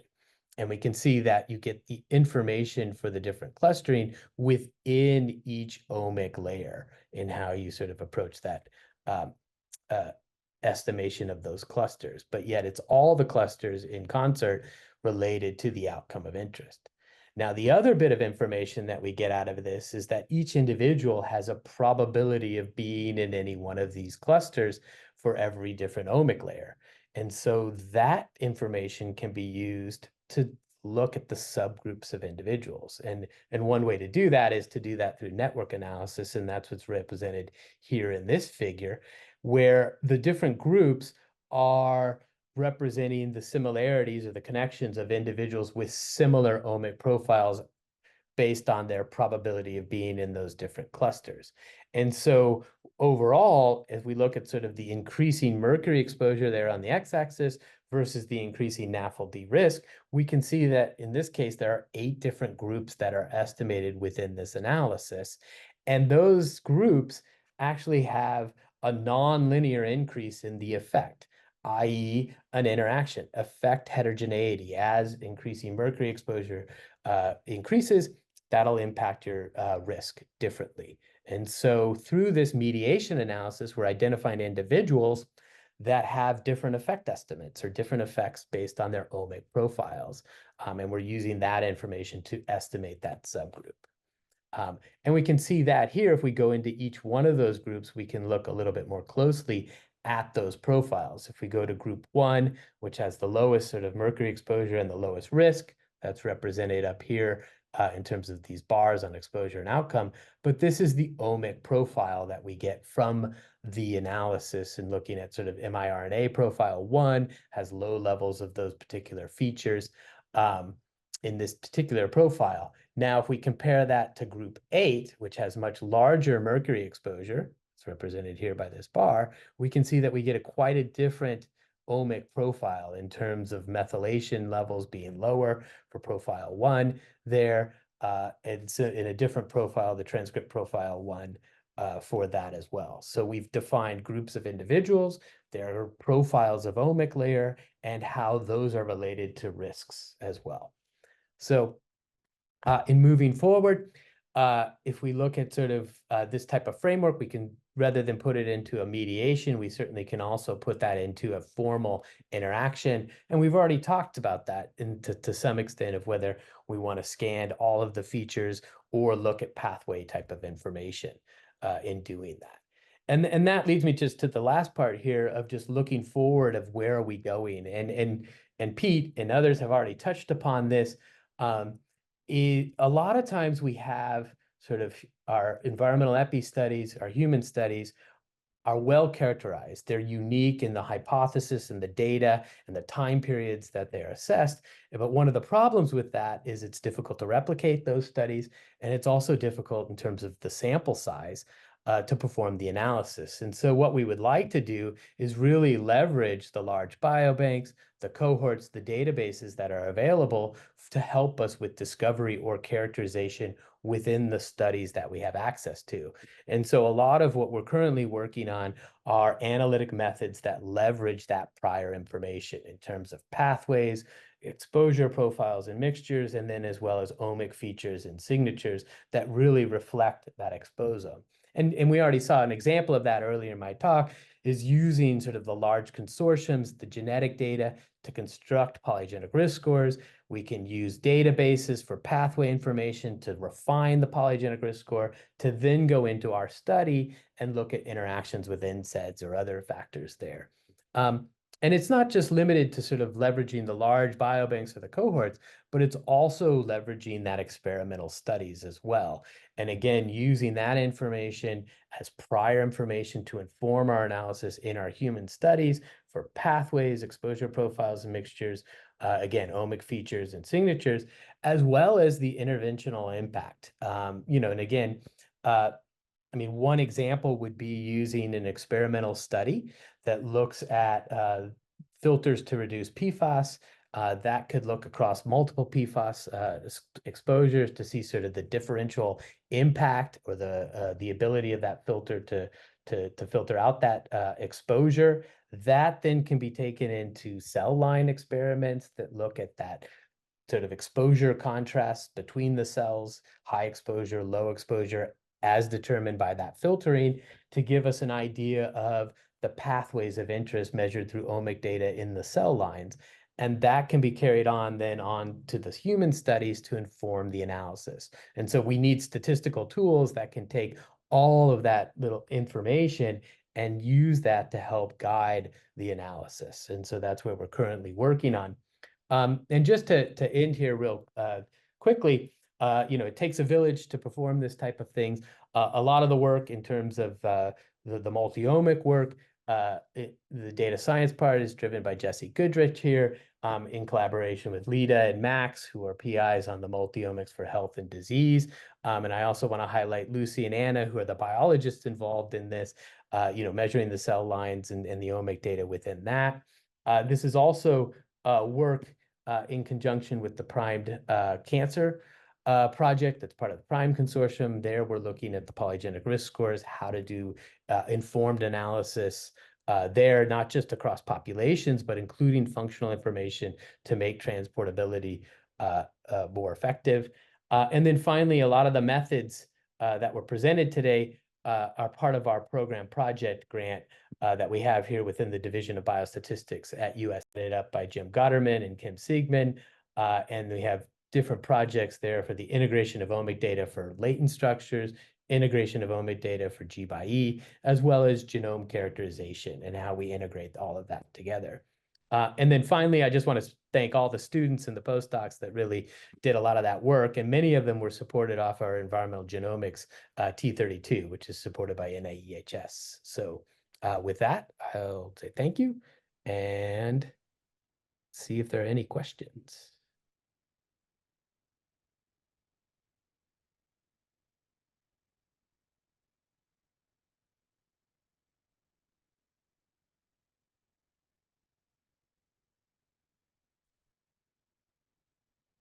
Tim, I think I have having trouble hearing you.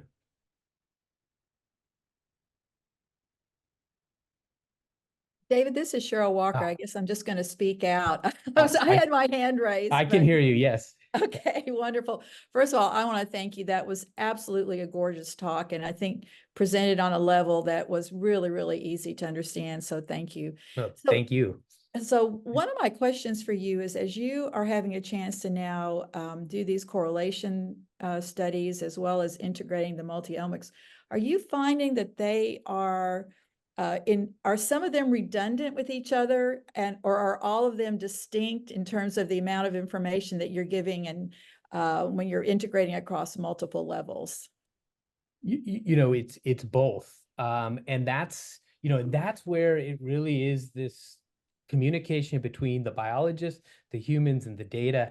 What are we seeing and why, right? If I throw it all in there, that's great, but I may not understand it, and I could actually hurt myself. If I put in signals that mean something in terms of the biology being different across what it's capturing, right? What is methylation capturing versus proteomics, and what time period and why? You know, as a biostatistician, I want to throw it all in there, right? But that may be the wrong thing to do. And exactly to your point is that we need to take sort of, there's no substitute for descriptive statistics and looking at the data and talking about the biology before you start the analysis. So, I mean, it's an excellent point. And it gets even more complicated with environmental exposures and time periods and so on. And, you know, that's been talked about before in this session as well. Since I don't see another hand, I wonder if I could ask a follow-up question, or would you like for me to wait a minute? I'm okay with the Sure. follow-up question, but Go ahead. Okay, great. So, you know, for example, if we think about ATAC-seq data, open, accessible chromatin, we always equate that with, okay, a gene is turned on or a gene is turned off, right? And so I know, for example, in Target 2, when we started comparing just across a very few omics, you know, accessible chromatin, RNA-seq, whole genome bisulfite, ChIP-seq, they were all telling us different things, right? And so we couldn't substitute one data set for another. And so I'm just wondering if you are, it sounds like you're seeing the same thing, but are you maybe even seeing a hierarchy that, you know, if you do random forest or some of these other things, that you see that some data sets contribute more than others? Yeah, so this is, you know, so that, yeah, there's a lot to that, what you just said. So some data sets contribute. So first, you know, there are statistical and just data issues in that, right? So when we combine data, you know, focusing on, you know, maybe just early integration, these types of things, if you have a data set that has very high dimensional and then an omic layer that is low dimension, you throw it all together, just from a statistical point of view, things will be biased towards the larger data set in terms of the variation explained. So that's where, you know, it's important to think about, well, what do I include and why? And the various approaches, early, late, and the biologists say this pathway is the one to include, right? Now, you know, one way that seems not very elegant is really limiting features to pathways. You know, we've measured this taxi or chromatin, certain genes, certain areas. They're pinpointing certain biology, so why not focus on that, right? So that can be very beneficial, and we've done a lot of that with the sort of the recent work we've been doing in terms of dimensionality reduction, but also biologically driven. Now, from a methods perspective, I'd like to throw it all in and have it work itself out, right? And that's the challenge, is nothing's for free. You throw it all in, you can downweight what you don't want to downweight and cause things, you know, havoc. And that's where we are with our methods, is really figuring out where's the right information and how we include that. Thank you. Mm-hmm.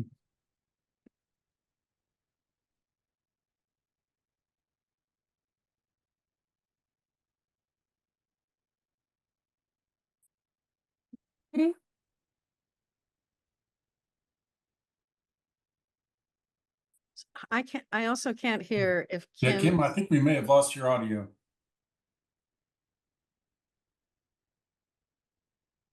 Am I next? You are next, Nancy, if you're ready to go ahead I am. and share.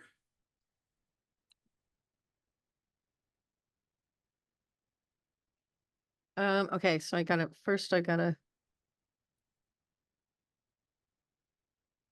Can you hear me? No? now, We can hear you yes. now, Kim. Yeah. Oh, you can hear me now? Yep. Yes. Oh, okay. I don't know what happened. Sorry about that. Okay, so we are down to our last speaker then. And I promise we will do a break after this. I know it's been a long afternoon. But our final speaker is Nancy Cox. And Nancy is professor of medicine and holds the Mary Phillips Edmonds Gray Professorship. She is division director of genetic medicine and director of the Vanderbilt Genetics Institute at Vanderbilt University Medical Center. And I've known Nancy for a while now. She's been a geneticist that has always made a very strong point about not forgetting about the environmental influences of complex human diseases. And she has been a real pioneer in the development of a lot of different large-scale genomic consortium, including the 1000 Genome Project, GTEx, Primed, and many, many others. And more recently, she's worked on large-scale integration of genomics with other omics data, combined with biobank and electronic medical records. So thanks, Nancy. And just need to, switch it to swap Yep. displays. Yeah. Yep. Yeah, there you go. Thank you. All right, thanks. So I want to go to a more 35,000-foot level and really. Nancy, sorry to interrupt. You might want to dismiss that calendar notification as well. Sticking over your slides. Okay. Yeah. Okay, is that better? No, I'm still seeing it. I don't know if others are. No, I'm Okay. still stealing it too. It's in lower right hand. There you go. Yeah, there you go. Now you're good. Okay. Perfect. All right, thanks. So just an overview. I do want to really get to a more philosophical discussion about why we want to do this. Why do we want to get to the biology of the E and the G by E? And so, oops.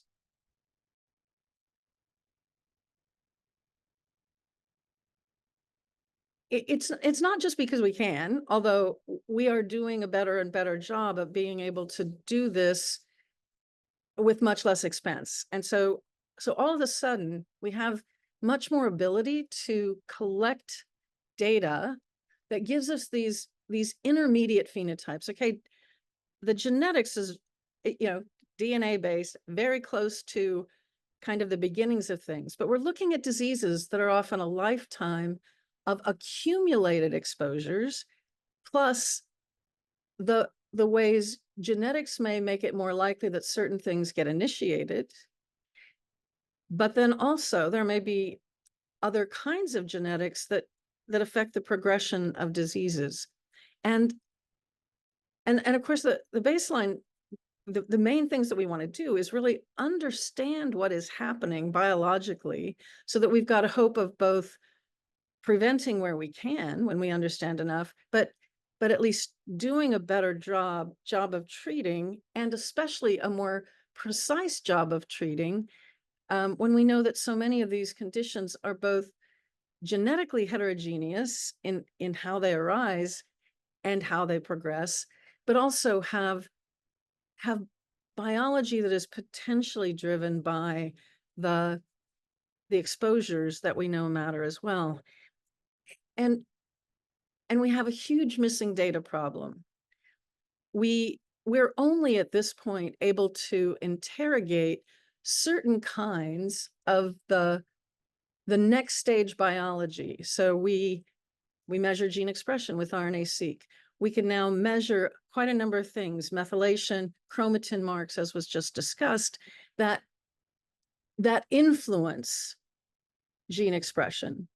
But of course, that's just one small piece of the ways that exposures can affect biology. And we still don't have great ways of interrogating translational efficiency and the ways that, RNA is a lot more sensitive probably to exposures. It's why we have DNA. RNA was just way too sensitive, way too fragile compared to DNA. And so the intermediates that relate to how effectively ribosomes are made, how effectively tRNAs are used, all of these things matter. We can't even measure all of those yet. And that doesn't begin to touch the fact that proteomics is now, measuring a few thousand proteins. And we know that's a tiny fraction, even in a single cell, of what we would like to understand. And how do we, and getting to the biology, as David was, going through those really beautiful examples, where you're seeing sort of simultaneously both the ways that exposures can influence risk, but also the ways that exposure are affecting these intermediates that we measure. And when we talk about determinants of health, environmental exposures that have long-term effects on health outcomes, social determinants, true determinants of health, we have to also begin to try to distinguish the long-term effects of exposures that could happen only early in life and yet still have long-term effects on a whole variety of these biological consequences that we can measure versus the immediate effects that are present only when the exposure is there. And with a lot of our cross-sectional data, we can't really do that. And that's why David was talking about these opportunities to use these measurements over time so that we start to be able to distinguish long-term effects of exposures that are being instantiated in our biological systems versus the direct effects of sometimes quite pervasive exposures, but sometimes just much earlier exposures. And, you know, the ways that smoking becomes instantiated in the methylome is a reminder that those can be very long acting changes to something like the methylome. And the question of how that is affecting all this downstream biology, the RNA-seq, potentially ribosome and tRNA use, proteomics, metabolomics, and so forth. That's what I want to talk about is trying to move between these layers and why we need to do it. And this is a lot driven by our activities in the BioView Biobank, where we have about 330,000 DNA samples with the ability to collect more specimens over time.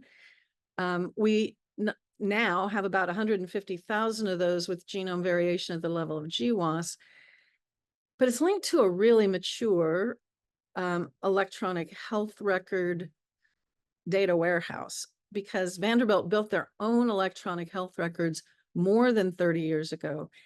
We have on average 10 to 15 years, but up to 30 to 35 years in some people of electronic health records data. And because we built our own, there's a 70-member Department of Biomedical Informatics full of physician scientists who know how to use electronic health records. And our records are quite rich with respect to having the pharmaceuticals, the not just the billing codes, but a whole variety of things that have already been text mined and set up as structured data tables. So there's some really useful things, almost unique things that we can do with our EHRs.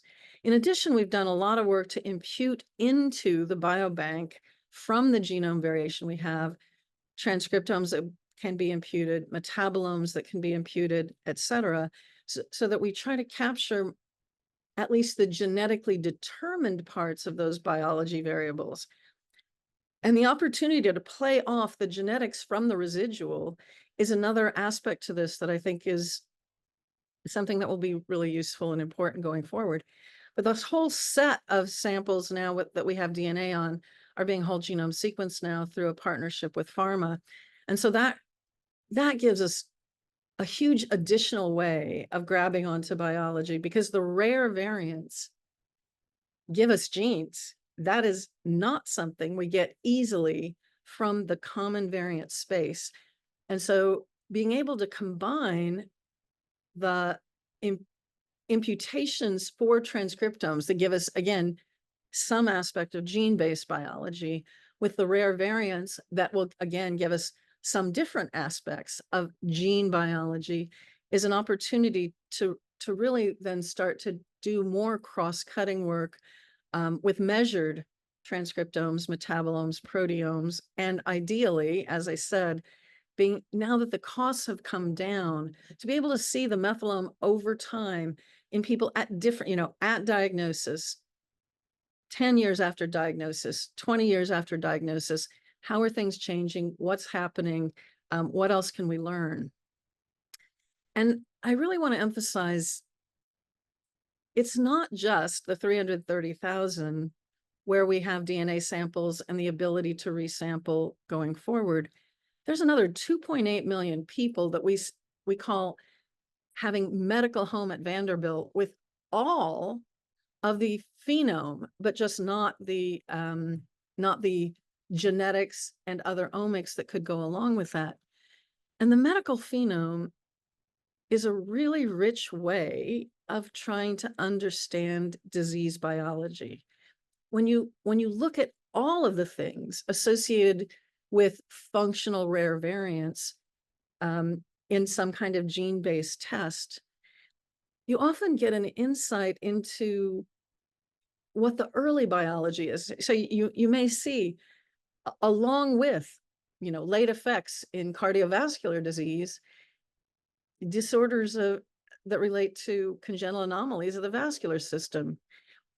Well, that's clearly very different as a driving piece of biology for cardiovascular disease than things that associate primarily to atherosclerosis and lipid biology and all of the biomarkers that go along with that.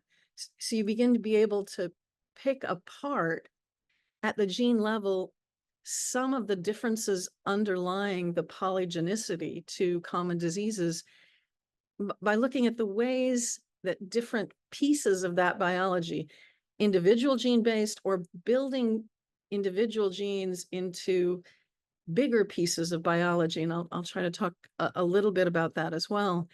And so the opportunity to make discoveries in the phenome space that you then take into the genome space or vice versa, starting with the genome discoveries that then potentially have implications for other phenotypes that you can take into the bigger phenotype data, is another hugely valuable part of having a biobank. And I run the Vanderbilt Genetics Institute. I came to Vanderbilt for this biobank thinking that what I was going to love was using all this genetics. But the richness of the phenome, the richness of all of the biomarkers that we collect routinely in everyday medicine, the value of seeing all of that in the context of drugs intended to treat different kinds of diseases is like wildly satisfying, and a whole part of my being here that I didn't anticipate loving so much. And then in addition, we have all of these really good opportunities to bring in social determinants of health. And I don't know why I'm not. Yeah. So we've made substantive new investments in getting social determinants of health in, and also now focused on trying to use at least geocoded based ways of understanding better environmental exposures. And of course, what you really want is to have that over a lifetime, and that's not what we have yet, but these are the kinds of things that I think will really enrich the ability to use these data in longitudinal ways to understand when there is biology associated with social determinants of health, long-term changes in biology that then may drive biology and disease risk long after the actual exposure is past. So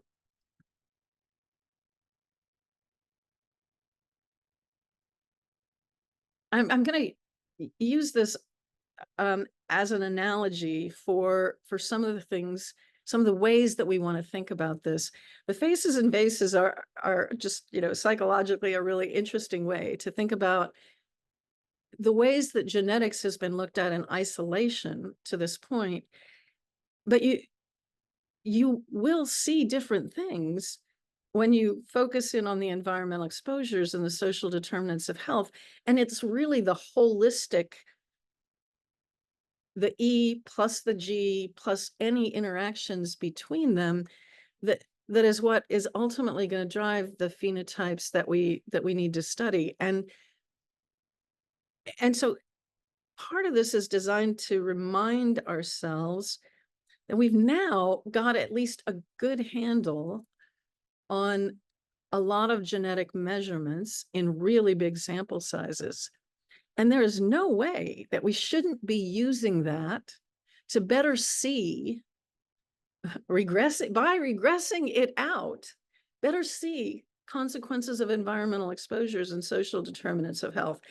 And part of this is again growing out of some of our work in Primed that David already mentioned, where we're also looking at this in the context of biomarkers and the ways that so many of the tests that we use in medicine, they have their own genetics, but is actually often not predictive for why we use it, because why we use those biomarkers relates to the dynamic part, relates to what happens when the genetics have gone awry and people get into a disease state and gene expression is really changing because of that disease state. And some of those changes are getting instantiated long-term in things like methylomes. And so we have this dynamic system that that starts with genetics at the base, but where the environment is always has the opportunity to change underlying biology. And I'm sure this was discussed earlier. I wasn't able to be on the whole symposium today, but exposures can damage DNA. Exposures do damage RNA, and RNA of the two is the much more vulnerable molecule. They can alter methylation of DNA and chromatin marks, but they can also just directly damage tissues, certain kinds of exposures. The exposures themselves may be very short-acting or long-lived. I mean, some chemicals that we can get rid of only through excretion and do that poorly, they just last a long time in our systems, and they may be stored in fat and other tissues and be having effects on the biology of those tissues as long as they are in our bodies. They may come from things that we physically ingest, things that are reactive and guaranteed to be interacting with our biological systems. And of course, many of them are mixed. We ingest, we breathe them in, they're beamed in. I mean, you know, so X-ray exposures, radon exposures, we have many different ways of achieving these kinds of exposures. We cannot measure all of these very directly yet. We have a huge missing data problem. So when we measure some exposures that we know about, and we see all of this biology, as one of the last questions asked, it will take some time before we understand what of the things we're seeing in the methylome, the chromatin architecture, and the chromatin marks that we measure, and the proteome, the metabolome. What of those things are actually purely caused by exposures that we measure? And what of those things are about other exposures entirely that we haven't measured and haven't learned yet how to recognize as signatures in these biological measurements that we make? This is compounded by the fact that there are real and important determinants of social health, social determinants of health. And And here we have to also recognize that there are some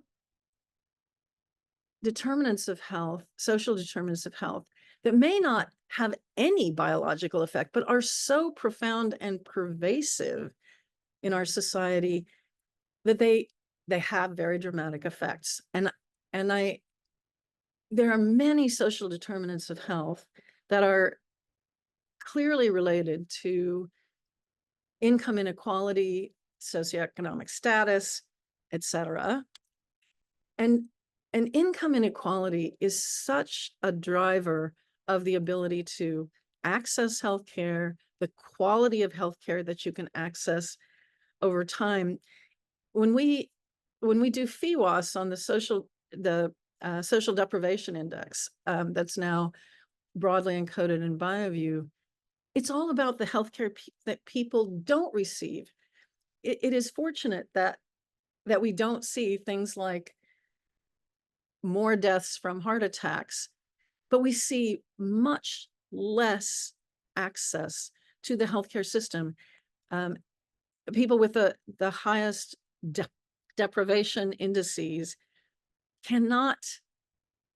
don't see doctors for sinus infections, don't see doctors for a whole bunch of things that most of us would never consider not doctoring for. And the consequences of that over a lifetime, even if there's no long-term biology to failing to be able to access healthcare through your life, will have a huge impact on health outcomes. But of course, many social determinants of health have already been shown to have, through some of the same pathways, effects on DNA, RNA, methylation, chromatin remodeling, and almost certainly, as we get more and more data, things like proteomics and metabolomics.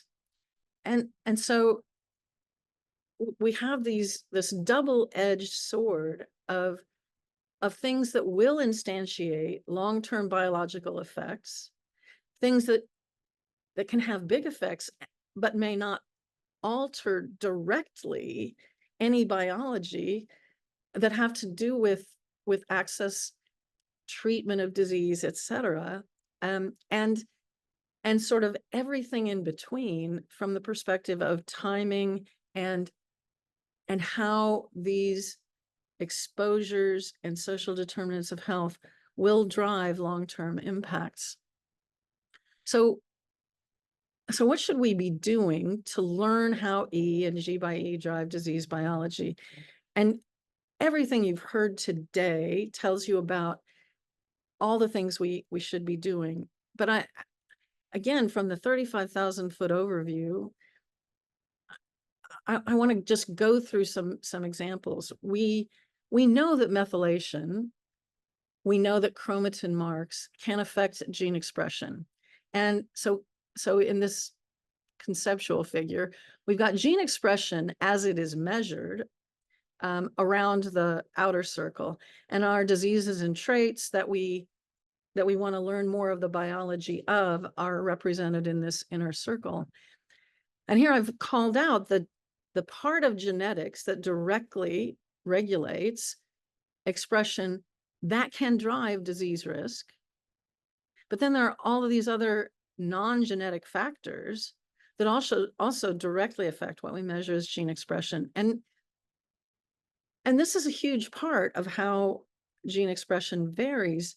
The environmental exposures, like what we eat and drink and how much exercise we get, have really measurable effects on gene expression that we measure. And so those things are important sources of variation that vary according to how we choose to measure gene expression. And but I always use the example, caffeine is a drug in many foods that we ingest at breakfast, but it has a huge effects on gene expression very shortly after ingestion. And if we measure gene expression at the beginning of the day from just blood, you could you could distinguish who had had caffeine at breakfast. And you could do that from blood, but you could do it from brain, and you could do it from liver, and you could probably do it from a bunch of other tissues, because it's a quite strong and distinctive signal. All kinds of factors influence gene expression in ways that can drive disease risk and trait biology. But once that biology is so changed, that once you've moved away from a healthy homeostasis, your body is screaming to get back into that homeostasis. And so you have this huge trait altered component of changes in gene expression that are just because you've slipped out of healthy homeostasis and your body's trying to bring you back, that is also a consequence of the disease, whatever diseases you have or are on the way to having. And that's why measured gene expression as causal inference for what genes drive disease is so challenging, because you don't know what's cause and effect from just the gene expression measurements, and why being able to pull out the genetically regulated part can be a useful way of moving closer to causal inference models. And so, you know, David talked about all of the ways that we use modeling to try to help us understand the distinction between causal contributions and things that are a consequence of disease and or a consequence of non-genetic exposures that matter. And all of this is hugely simplified because, of course, what really happens is that there are modifications to gene expression from not just these environmental factors that we say directly affect your risk of a trait, but some that affect your risk of a trait only through the ways that they can moderate and modify gene expression. So environmental exposures and social determinants of health with long-term effects on biology through gene expression come into this.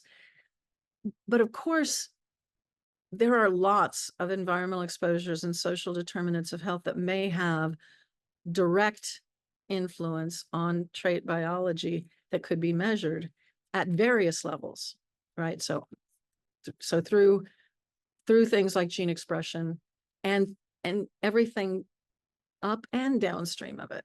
And the ways that having disease may feed back on methylation, chromatin marks is largely unexplored at this point. And we definitely need the time courses to fully understand that. You certainly can see it in cancer. I believe it's now pretty visible in things long-term chronic diseases like type 2 diabetes. So, and I think it is one of the ways that biological systems get broken. We have always known, for example, that some people with longstanding type 2 diabetes, even if they can improve their diet, lose a bunch of weight, improve their exercise and insulin sensitivity, may never actually be able to get rid of the diabetes. They, you know, and I can only tell you, the endocrinologists, it's very hard to get people to do that. Those are very hard things to do. And patients are really unhappy when they've gone through all this work and they still have, as they'll say, the stinking diabetes. And so the understanding more about how the initiating factors may drive long-term effects in these spaces that fully break a biological system is something that I think is really important to do. Fixing a broken system may be very different than catching people from sliding into a breaking system. And this is all extremely limited yet, because modifications to messenger RNA directly can happen. And And we're still learning how to do that very well. And, you know, it's a longstanding argument about mRNA editing and how much is really happening in our bodies. And the pendulum is swinging back to, yeah, way more than we would have hoped or thought. Long non-coding RNAs and a whole variety of small RNAs. We've barely scratched the surface of the biology that can be driven by these things, and how many layers of RNA-based regulatory architecture we're really going to need to go through to fully capture the ways that biology can drive disease risk. TNRA ratios are a great example of another place where we're learning more and more about how the environment modifies the relative ability to access different tRNAs. And that hugely matters. It doesn't change the protein, but it changes the rate at which that protein can be added. So here we're talking about the degenerative nature of the triplet codons that drive protein formation, drive translation. And when you've got a triplet that is represented with a rarer tRNA, and now we're seeing all kinds of exposures can change these tRNA ratios. Well, that's a recipe for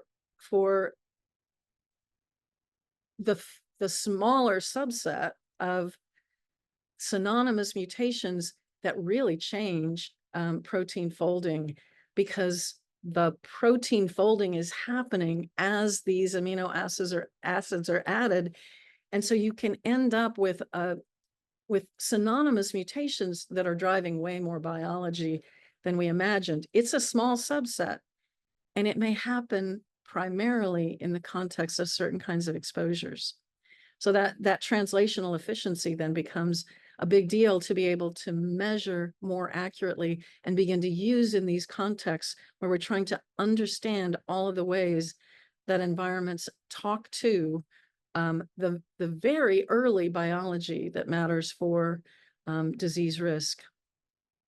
And of course, there are a whole bunch of protein modifications that we know are really important in protein biology. And we capture some of that now with proteomics and metabolomics measurements, but a teeny tiny fraction of what is there. And worse, we're capturing it in a poor way, because right now our structural biologists can already tell us that a lot of the things that are being read as different proteins in a proteomic analysis are actually the same protein with and without modifications, and or the same protein with modifications, but sliding in and out of a different structural conformation. And so, you know, this is all just, you know, more fun with complicated biology. There's also a huge amount of the genome that is about activating and inactivating proteins. And that part of the genome, if you just look at heritability attributable to those, to genetic variation in the vicinity of those genes, and or to variation that we know modifies the expression of those genes and proteins, is clearly having a disproportionate effect on disease risk for a number of different diseases. So, okay, so yes, it's complicated, but really, like, what should we be doing? And so I really want to get this. There are people who've invested very early in transcriptomics, in the things that will influence transcriptomics, like methylomes and chromatin marks. More and more people are really looking into the protein and metabolomics, but they're still expensive, not done at scale, and we probably need to prioritize. And so I want to, you know, from the perspective of trying to get to the biology, how should we think about prioritizing? What ways should we be thinking now of targeted investments that will get us further faster in trying to understand biology.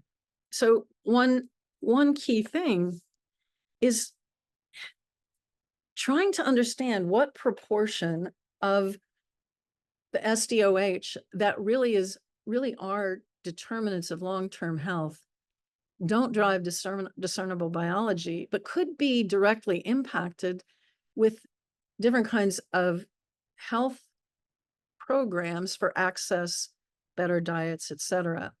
And, you know, I call this out separately because it's way easier to change environments that we know are harmful than to do anything else. And the many ways that we are learning about, you know, what can drive biology, I think gives us some opportunities in this space to make some headway in understanding where direct investment of smaller money will have outsized impacts in healthier people. Because the money that we have to invest to learn biology at scale is not small money, is not congruent with the returns we'll get on investments that are not really driving biology, but are driving health outcomes. And I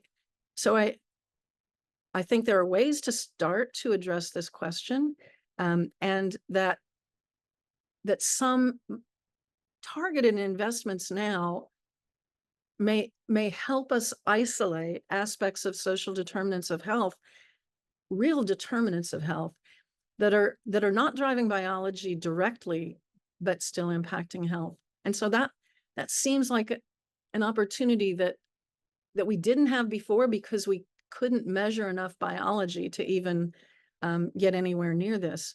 But now we can. And similarly, we can already, and David showed these beautiful examples. So, you know, early adopters are already in the space where we can start to answer a really important question, like, is the biology that we can learn with the tools we have today, does what we're learning about how E and how G by E affect biology completely layer onto what the biology that's emerging from G is telling us? Or is it actually largely orthogonal to G? Is this an opportunity to learn new pieces of biology that could immediately start driving drug development? We are using all of this, the tools we have now in these multi-omics to better identify drug targets. There is no reason that can't be done if there is unique biology orthogonal to the G that comes out from these studies. And I think a number of the things that David laid out, this is why we're doing this. We, again, with thinking through prioritization, we should be able to do this. A lot of this biology is measurable even when we don't know what the exposures are. We are picking up differences by disease, important differences that are very predictive of the development of disease.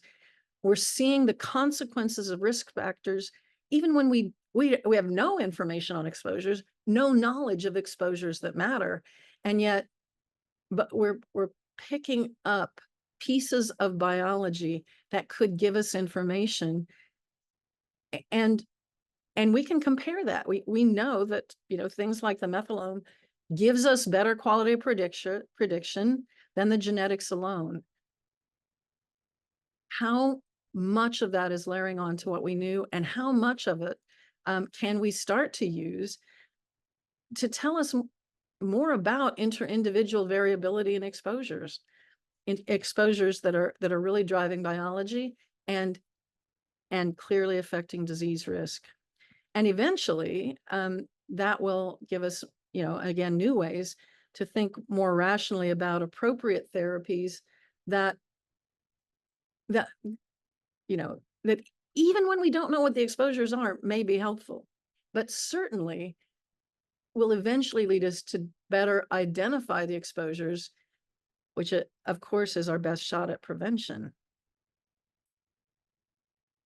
And I do think we learned a whole lot at the beginning of GWAS by doing deeper and deeper dives into certain diseases and traits that got us to the sample sizes that we needed to really learn important things about what polygenicity can tell us. The things we learned at first were pretty shocking about how much of what drives polygenicity is non-coding and regulatory in some way.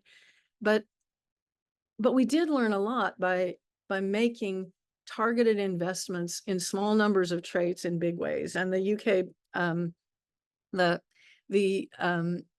Wellcome Trust Case Control Consortium was a great example of that, really well designed study to help us, learn a lot of things quickly.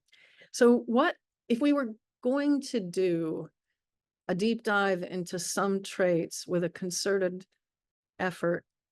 How would we think about those traits? And, one of the hidden issues with all of the multi-omics biology efforts is the fact that we don't always know the right cell types and we can't always access the right tissues. So let's start with traits where we can access the right cell types and tissues because we know something about them and they're accessible. Obesity has really big G, really big E, and it's impossible that there's not important G by E. And fat is an accessible tissue. Brain is not, and a big part of obesity is clearly reward system biology. But fat is accessible, and people at our institution are thrilled to be able to give it away. Obesity is hugely consequential as a risk factor for many different diseases. We've been, as a society, investing a lot in trying to understand obesity better. And the new drugs that are on the market and being widely used in healthcare now, not just for type 2, so the GLP-1 analogs are now being used in healthcare systems, not just for treatment of diabetes, but also in weight loss clinics. And there are tons of people willing to pay for these drugs, even when their insurance companies don't. And so the data are accumulating on how biology is changing in the presence of these drugs. And so we are in a better position now than we've ever been to imagine using these multi-omics techniques over time to really better understand many aspects of the biology related to obesity, which would be a win all by itself, but as a model, another huge win for science. And I think equally important is inflammatory. I mean, these are just like so obvious. Inflammatory biology, another really key driver for many diseases. The immune cells are present in blood. I mean, most of the key cells are present in blood and amenable to things like cell sorting and bulk RNA-seq at the cellular level, as well as single cell RNA-seq. And multi-omics can be done in a variety of ways. And of course, PBMCs can also be differentiated. And so there's a huge amount that can be done in blood. It's known to be affected by stressors of many types, including things that we know are driven, cortisol levels that can be driven by social determinants of health and actual just stress. So inflammatory biology, again, huge G, important E, likely G by E, high value target for drug development. Moreover, evolutionary signatures are big. Pathogens have driven a lot of changes in biology. And so this is a space where we have not just the genome itself, but certain kinds of genome signatures that may also help us understand regions of the genome that have really been drivers of immune and inflammatory biology. So just another sort of helpmate in learning as much biology as we can in a shorter period of time. So I know this was a different kind of talk. I really wanted to move to a more 35,000-foot overview. There is nothing more important than learning the biology of the genetics that have been discovered. We've invested a huge amount in genetics. There are very clearly genetic drivers of most common human diseases. We need to learn the biology of that. And this reason, part of the reason for going to this 35,000-foot overview and really thinking hard about the key social determinants of health that may not drive biology, but really do drive health outcomes and real disease disparities as well as inequities. I've been, Consuelo Wilkins and I, and also Stefania and Roy at the University of Miami, we've had a couple of grants in a row. So for 10 years, I've been collaborating with Consuelo, Roy, and people from Meharry, and Stefania for, I think, about 8 years now, where we're really trying to understand the biology of social determinants of health, what social factors that seem important are truly long-term determinants of health, and then, you know, thinking through all of the ways that you might consider intervention strategies for things not necessarily driven by biology, for things that are driven by biology, and so forth. So a lot of my thinking has been influenced by this group, and also by the really wonderful Primed Consortium, because this notion of using the genetics to better see the environment, I think, is really critical. And using the environment to better see the genetics, and many of the ways we improve power is that David went over is basically the same idea, and we do it in many different analytic ways, and I think we need to continue to do that. And it's one of the ways that it could be using polygenic risk scores that won't create new kinds of health disparities, but rather help us better understand and capture the things that may help us solve health disparities. So with that, I thank my funders and be happy to take questions. Let's see. Okay. Does anybody have any questions directly for Nancy?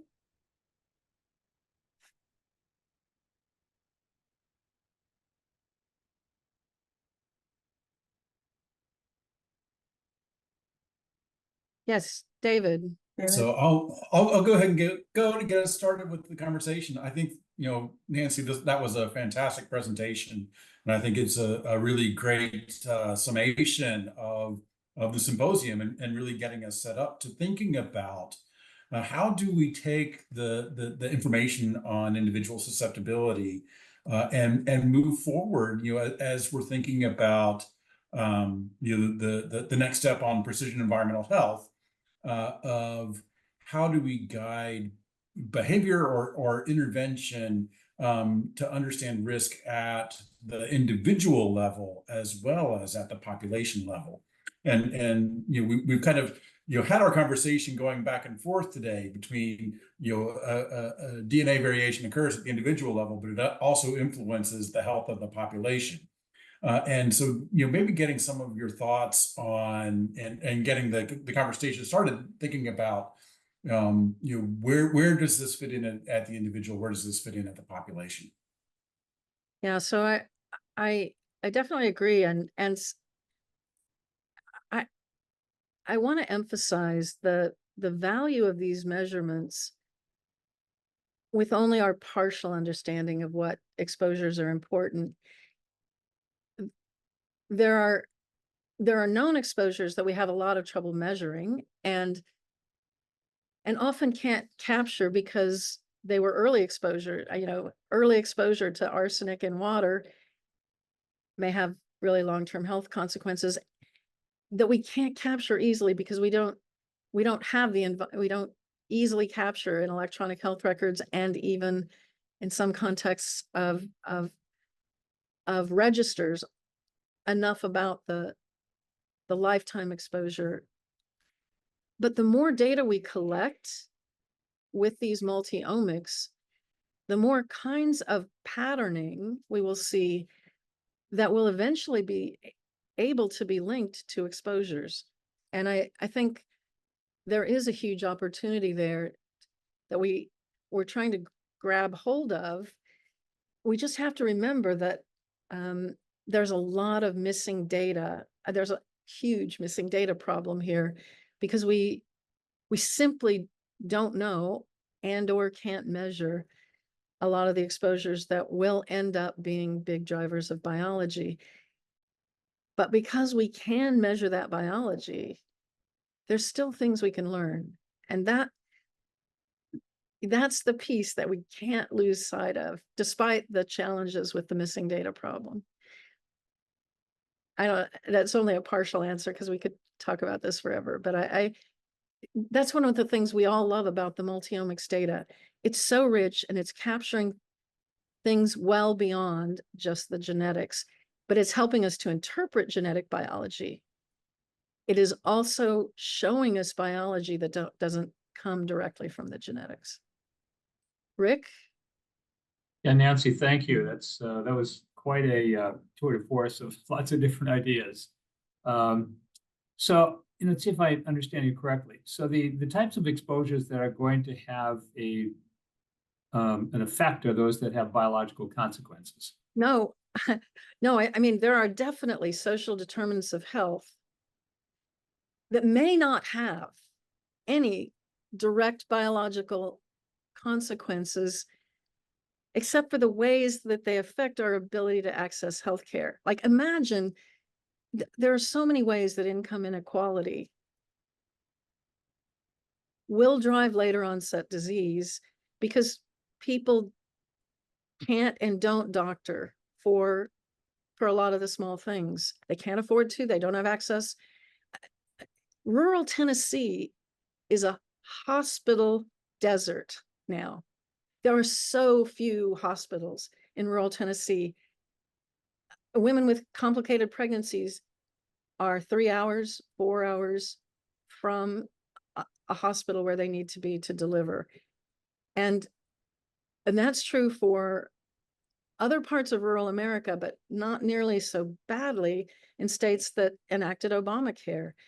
That there doesn't have to be big biological consequences of the kind of income inequality or this access issue that can be driven mostly by geography and the huge number of hospitals that have closed as our healthcare financial models changed.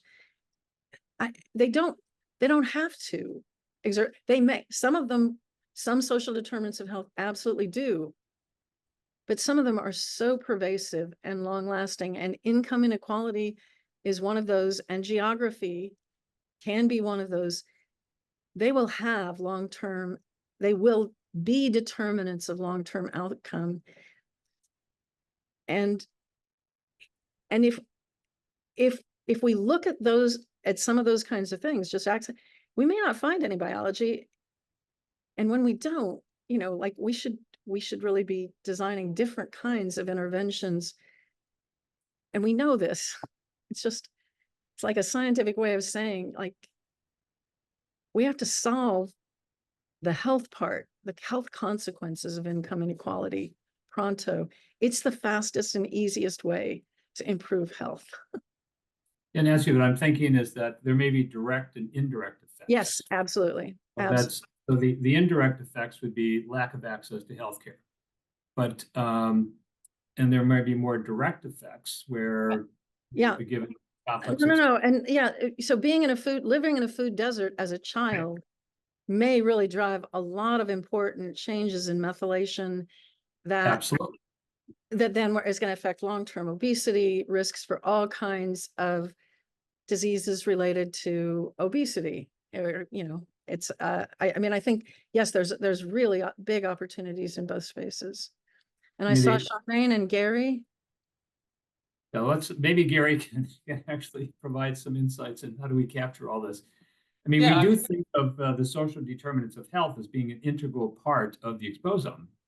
So it's not something separate. And in fact, we also think that there may be elements, you know, good things, access to good diet, access to adequate exercise that actually may mitigate some of the negative effects associated with chemical exposures.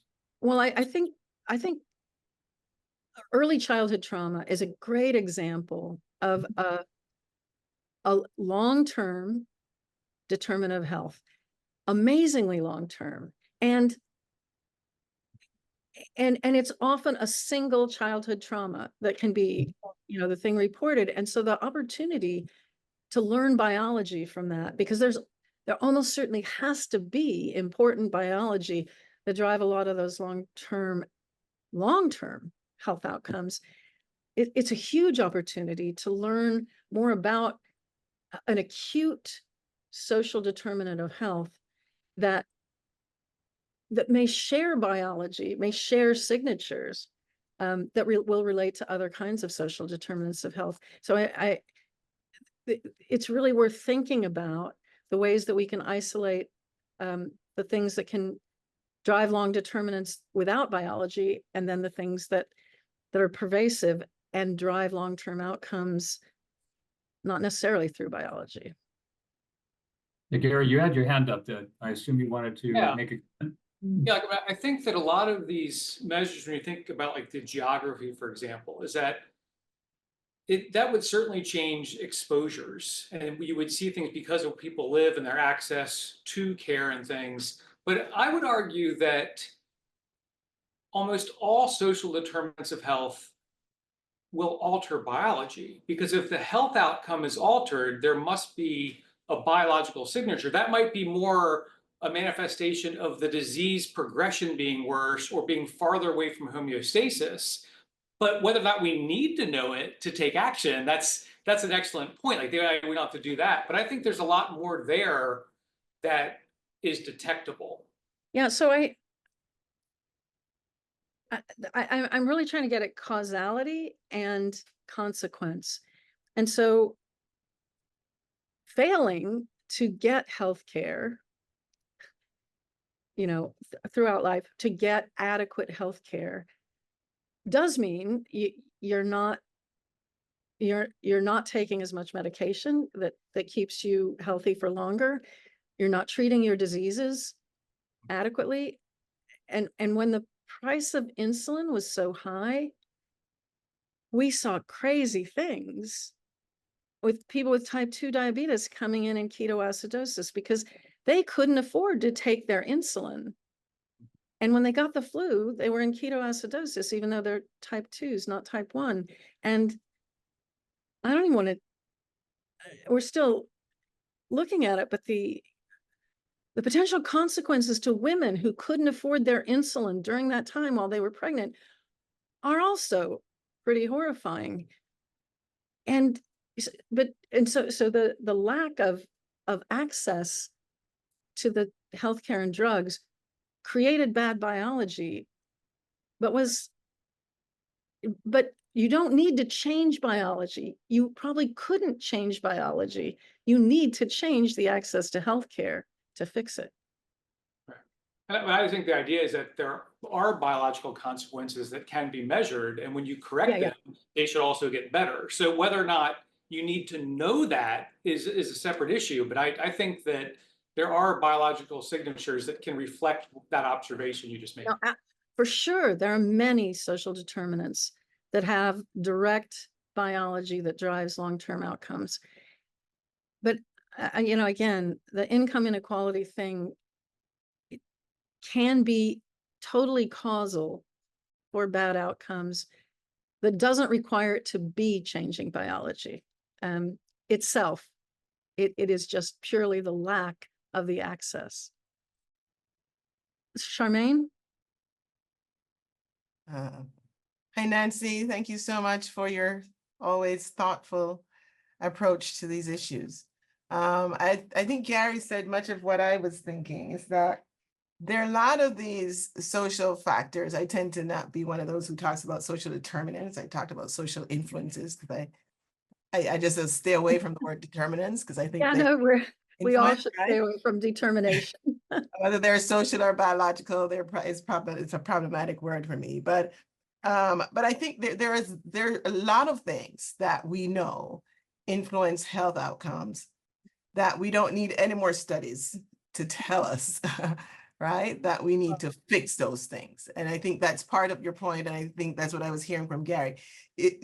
I'm all for doing the studies too, because and I'm very much interested in these studies to understand the mechanisms, right? But there's certain things, and I think that's part of your point. There are lots of things that we already know. We know people need healthcare and good healthcare and adequate healthcare. Yeah, and it needs to be proximal so they can access it, right? People need good food. So all of those things, if we fix many of those things, we may not completely eliminate, but we will address a lot of the disparities that Exactly. And in some sense, I mean, the disparities can be sometimes be unaddressable. Age, we can't fix age. And Right. but age drives a lot of bad biology that leads us to That's disease. right. The inequities, though, we totally can address. And so getting to the most addressable things in the most efficient way, I think, is a part of this.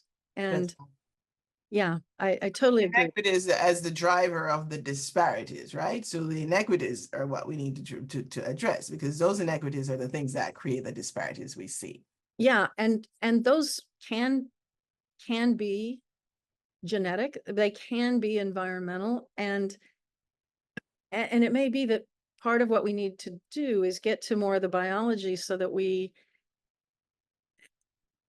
equalize across all the sources of variation. That, I mean, we don't get to choose our environments until we're much older, right? We live in what environments our parents can provide for us when we're young, and that's a whole bunch of exposures that will matter long term for health.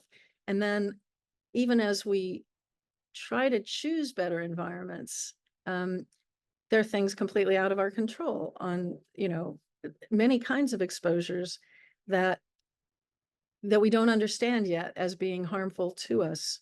I love some of the recent epi work on the subset of lung cancer in women that turns out to be, because there are women who live 50 years in a house and get that radon exposure because women are longer lived. And so a subset of women with very late onset lung cancer have this really interesting epi exposure.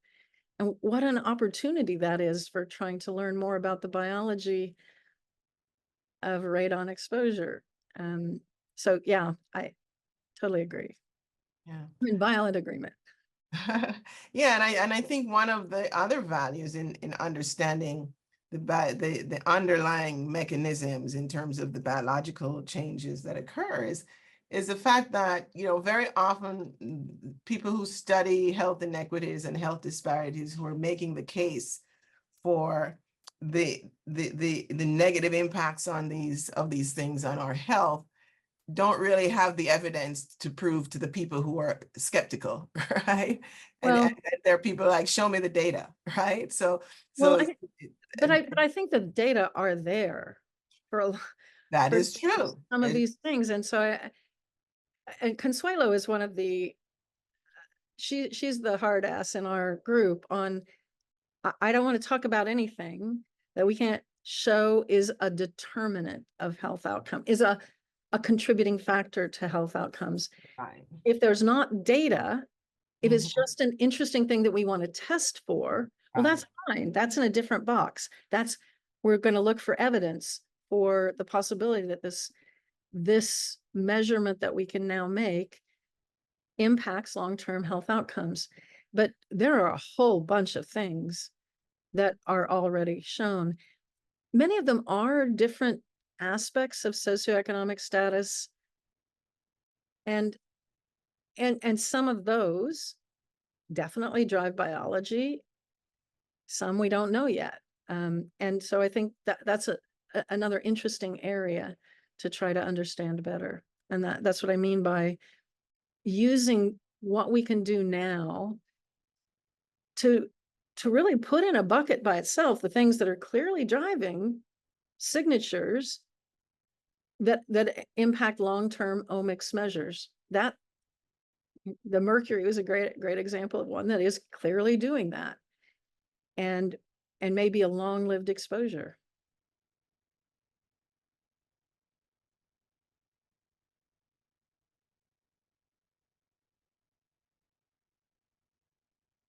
So I'm sure there are lots of other things that you'd want to use this time for discussing from other I was gonna say, why don't you stop sharing your screen and we can encourage council yep. members to come on camera and see if there are other thoughts or questions from council members around the gene environment interaction. Clearly a topic that is central to the mission of NAEHS, and kind of reframing it as how Nancy led into hers. What should we be doing as we move forward as an institute?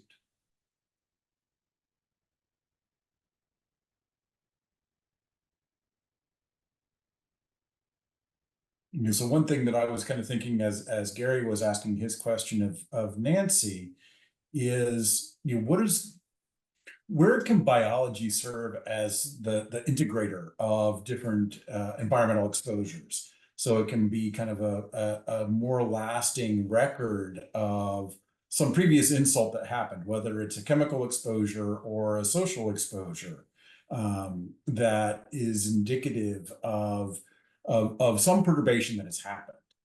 And is there a value in just trying to map those signatures without having the ability to track back necessarily today to what was the original exposure that created that insult?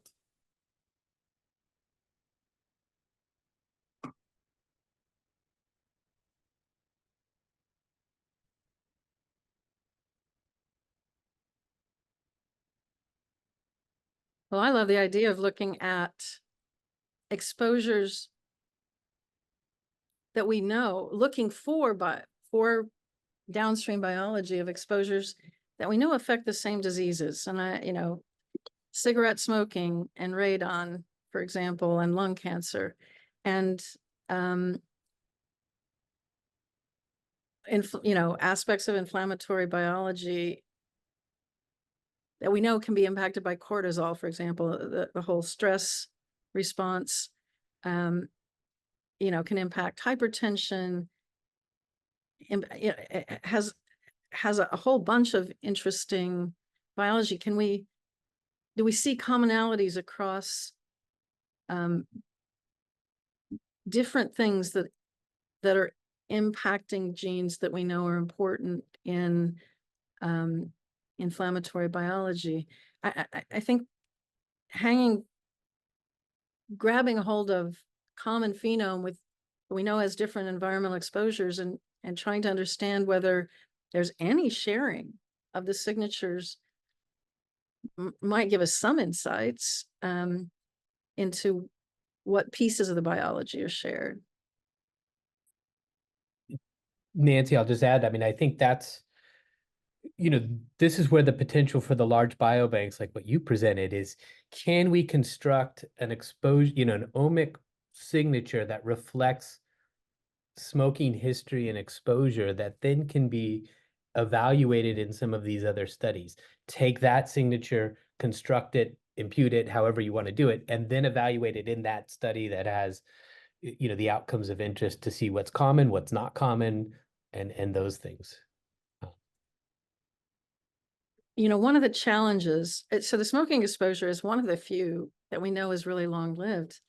And one of the challenges is really distinguishing the transcriptomic biology changes that are strictly due to the methylation signature, as distinct from the transcriptomic signatures that are only there in the presence of active smoking, because the methylation signature is quite long-lived and clearly driving biology over many, many years. I mean, up to 20 years, and driving biology in the placentas of women who smoke and in the infants exposed for years after they're born. And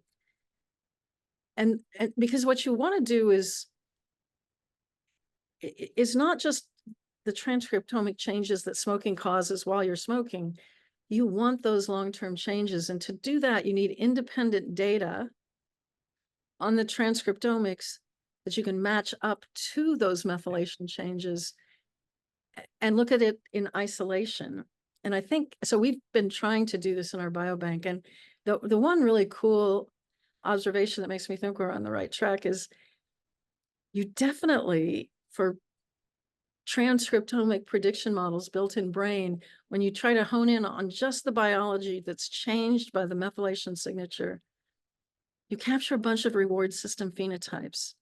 So, and we know part of what smoking long-term does is increase your risk for addiction to tobacco, but it looks like it's just turning up the reward system biology in a way that makes you more vulnerable to all addiction. It's changing the reward system biology in the brain. And that, and so a part of that's part of what the methylation signature does long-term, which is a horrifying thought as you think of those infants that are carrying that cord blood signature around in their early childhood. And we don't even know yet for how much longer than that. Sure, I see your hand. Thanks, David. Really very, very interesting discussion. I want to get back to actually something you said earlier, which I think is really important, which is thinking about what is the missing data. And I think that particularly, I think it's very challenging mechanistically to understand how methylation influences transcription directly. It's very challenging to be able to demonstrate in a really causal way how that impacts. And part because I think that methylation changes are also occurring in the context of other epigenetic changes, which have a varied lifespan. And so consequently, the transcriptomic data we always have are really snapshots. And those snapshots are, of course, influenced not just by those methylation and epigenetic changes, but by the existing signals that undergo. So trying to understand, and I thought in looking at some of the, the really elegant examples that Dr. Conte presented, trying to figure out ways by which one can integrate these different molecular mechanisms will be a really important aspect to understand the consequences. Getting beyond, as you said, there are some things which are very clearly changed. I think if we improve the healthcare, the access to physicians will have a huge impact. But trying to understand some of this biology will really have an impact on how we think about interventions when because we've been unable to address some of those broader contexts.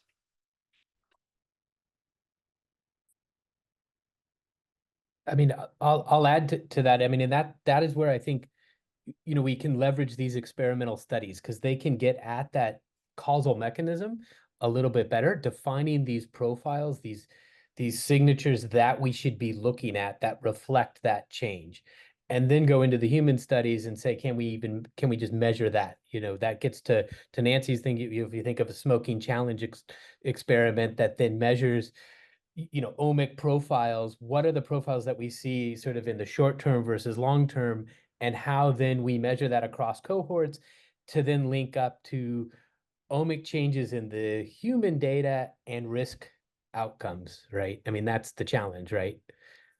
Exactly. Yeah.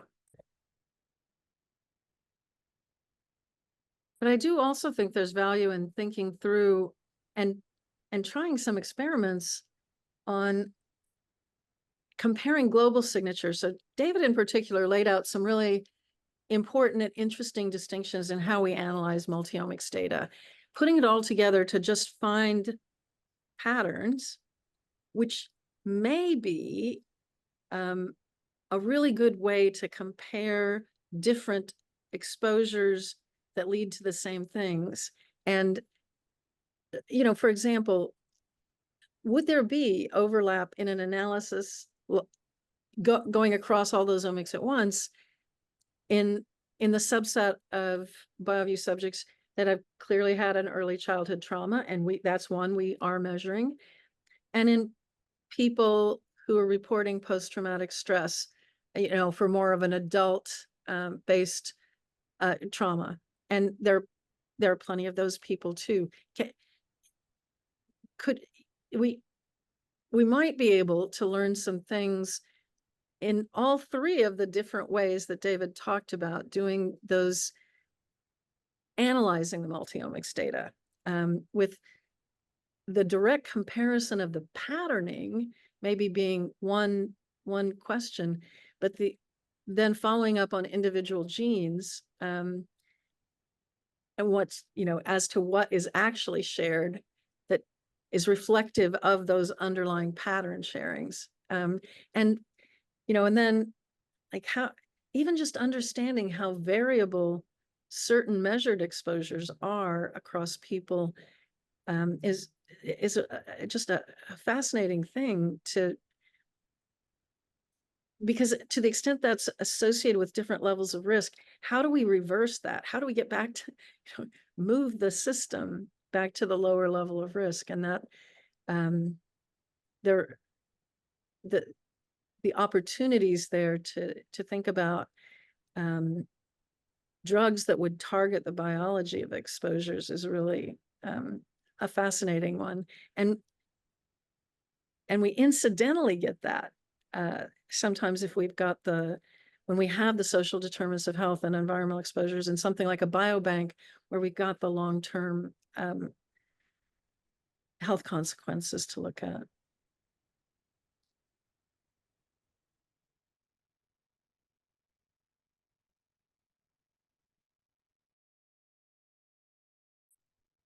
David, I'm looking at the clock here and we've just got a few minutes left. If I remember correctly, we're going to end at 5. Is that right? That's correct, yes. So I think we have time for maybe one more question if there's somebody has something pressing. Otherwise, I think we can probably wrap up for the day.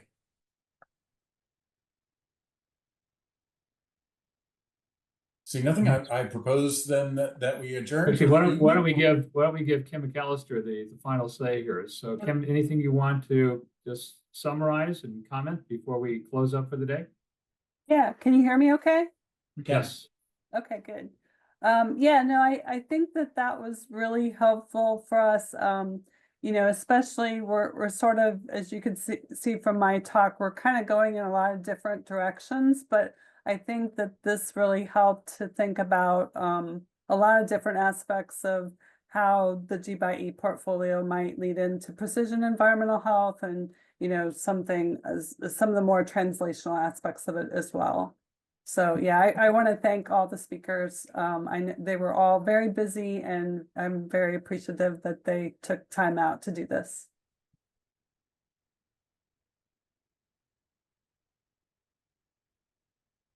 Okay, David, it looks like Ashley put in the chat box. We will resume at 10 o'clock tomorrow morning. Or is it 10 o'clock or 10:05? I have an IC directors meeting until 10. So I think we can give you 5 minutes to get from IC directors to the Zoom. Okay. At 10:05. My presentation I cut a couple slides out of, so I think we can hopefully move a little bit faster. Okay, see everyone at 10:05 tomorrow morning. Sleep tight. Thank you. Take care. Thanks. See you then. Thank Thanks so you much. all, and thank you Thank to you. our speakers. That was spot on and great presentations that I think were really interesting to me, and I think to our broader community. So thank you all.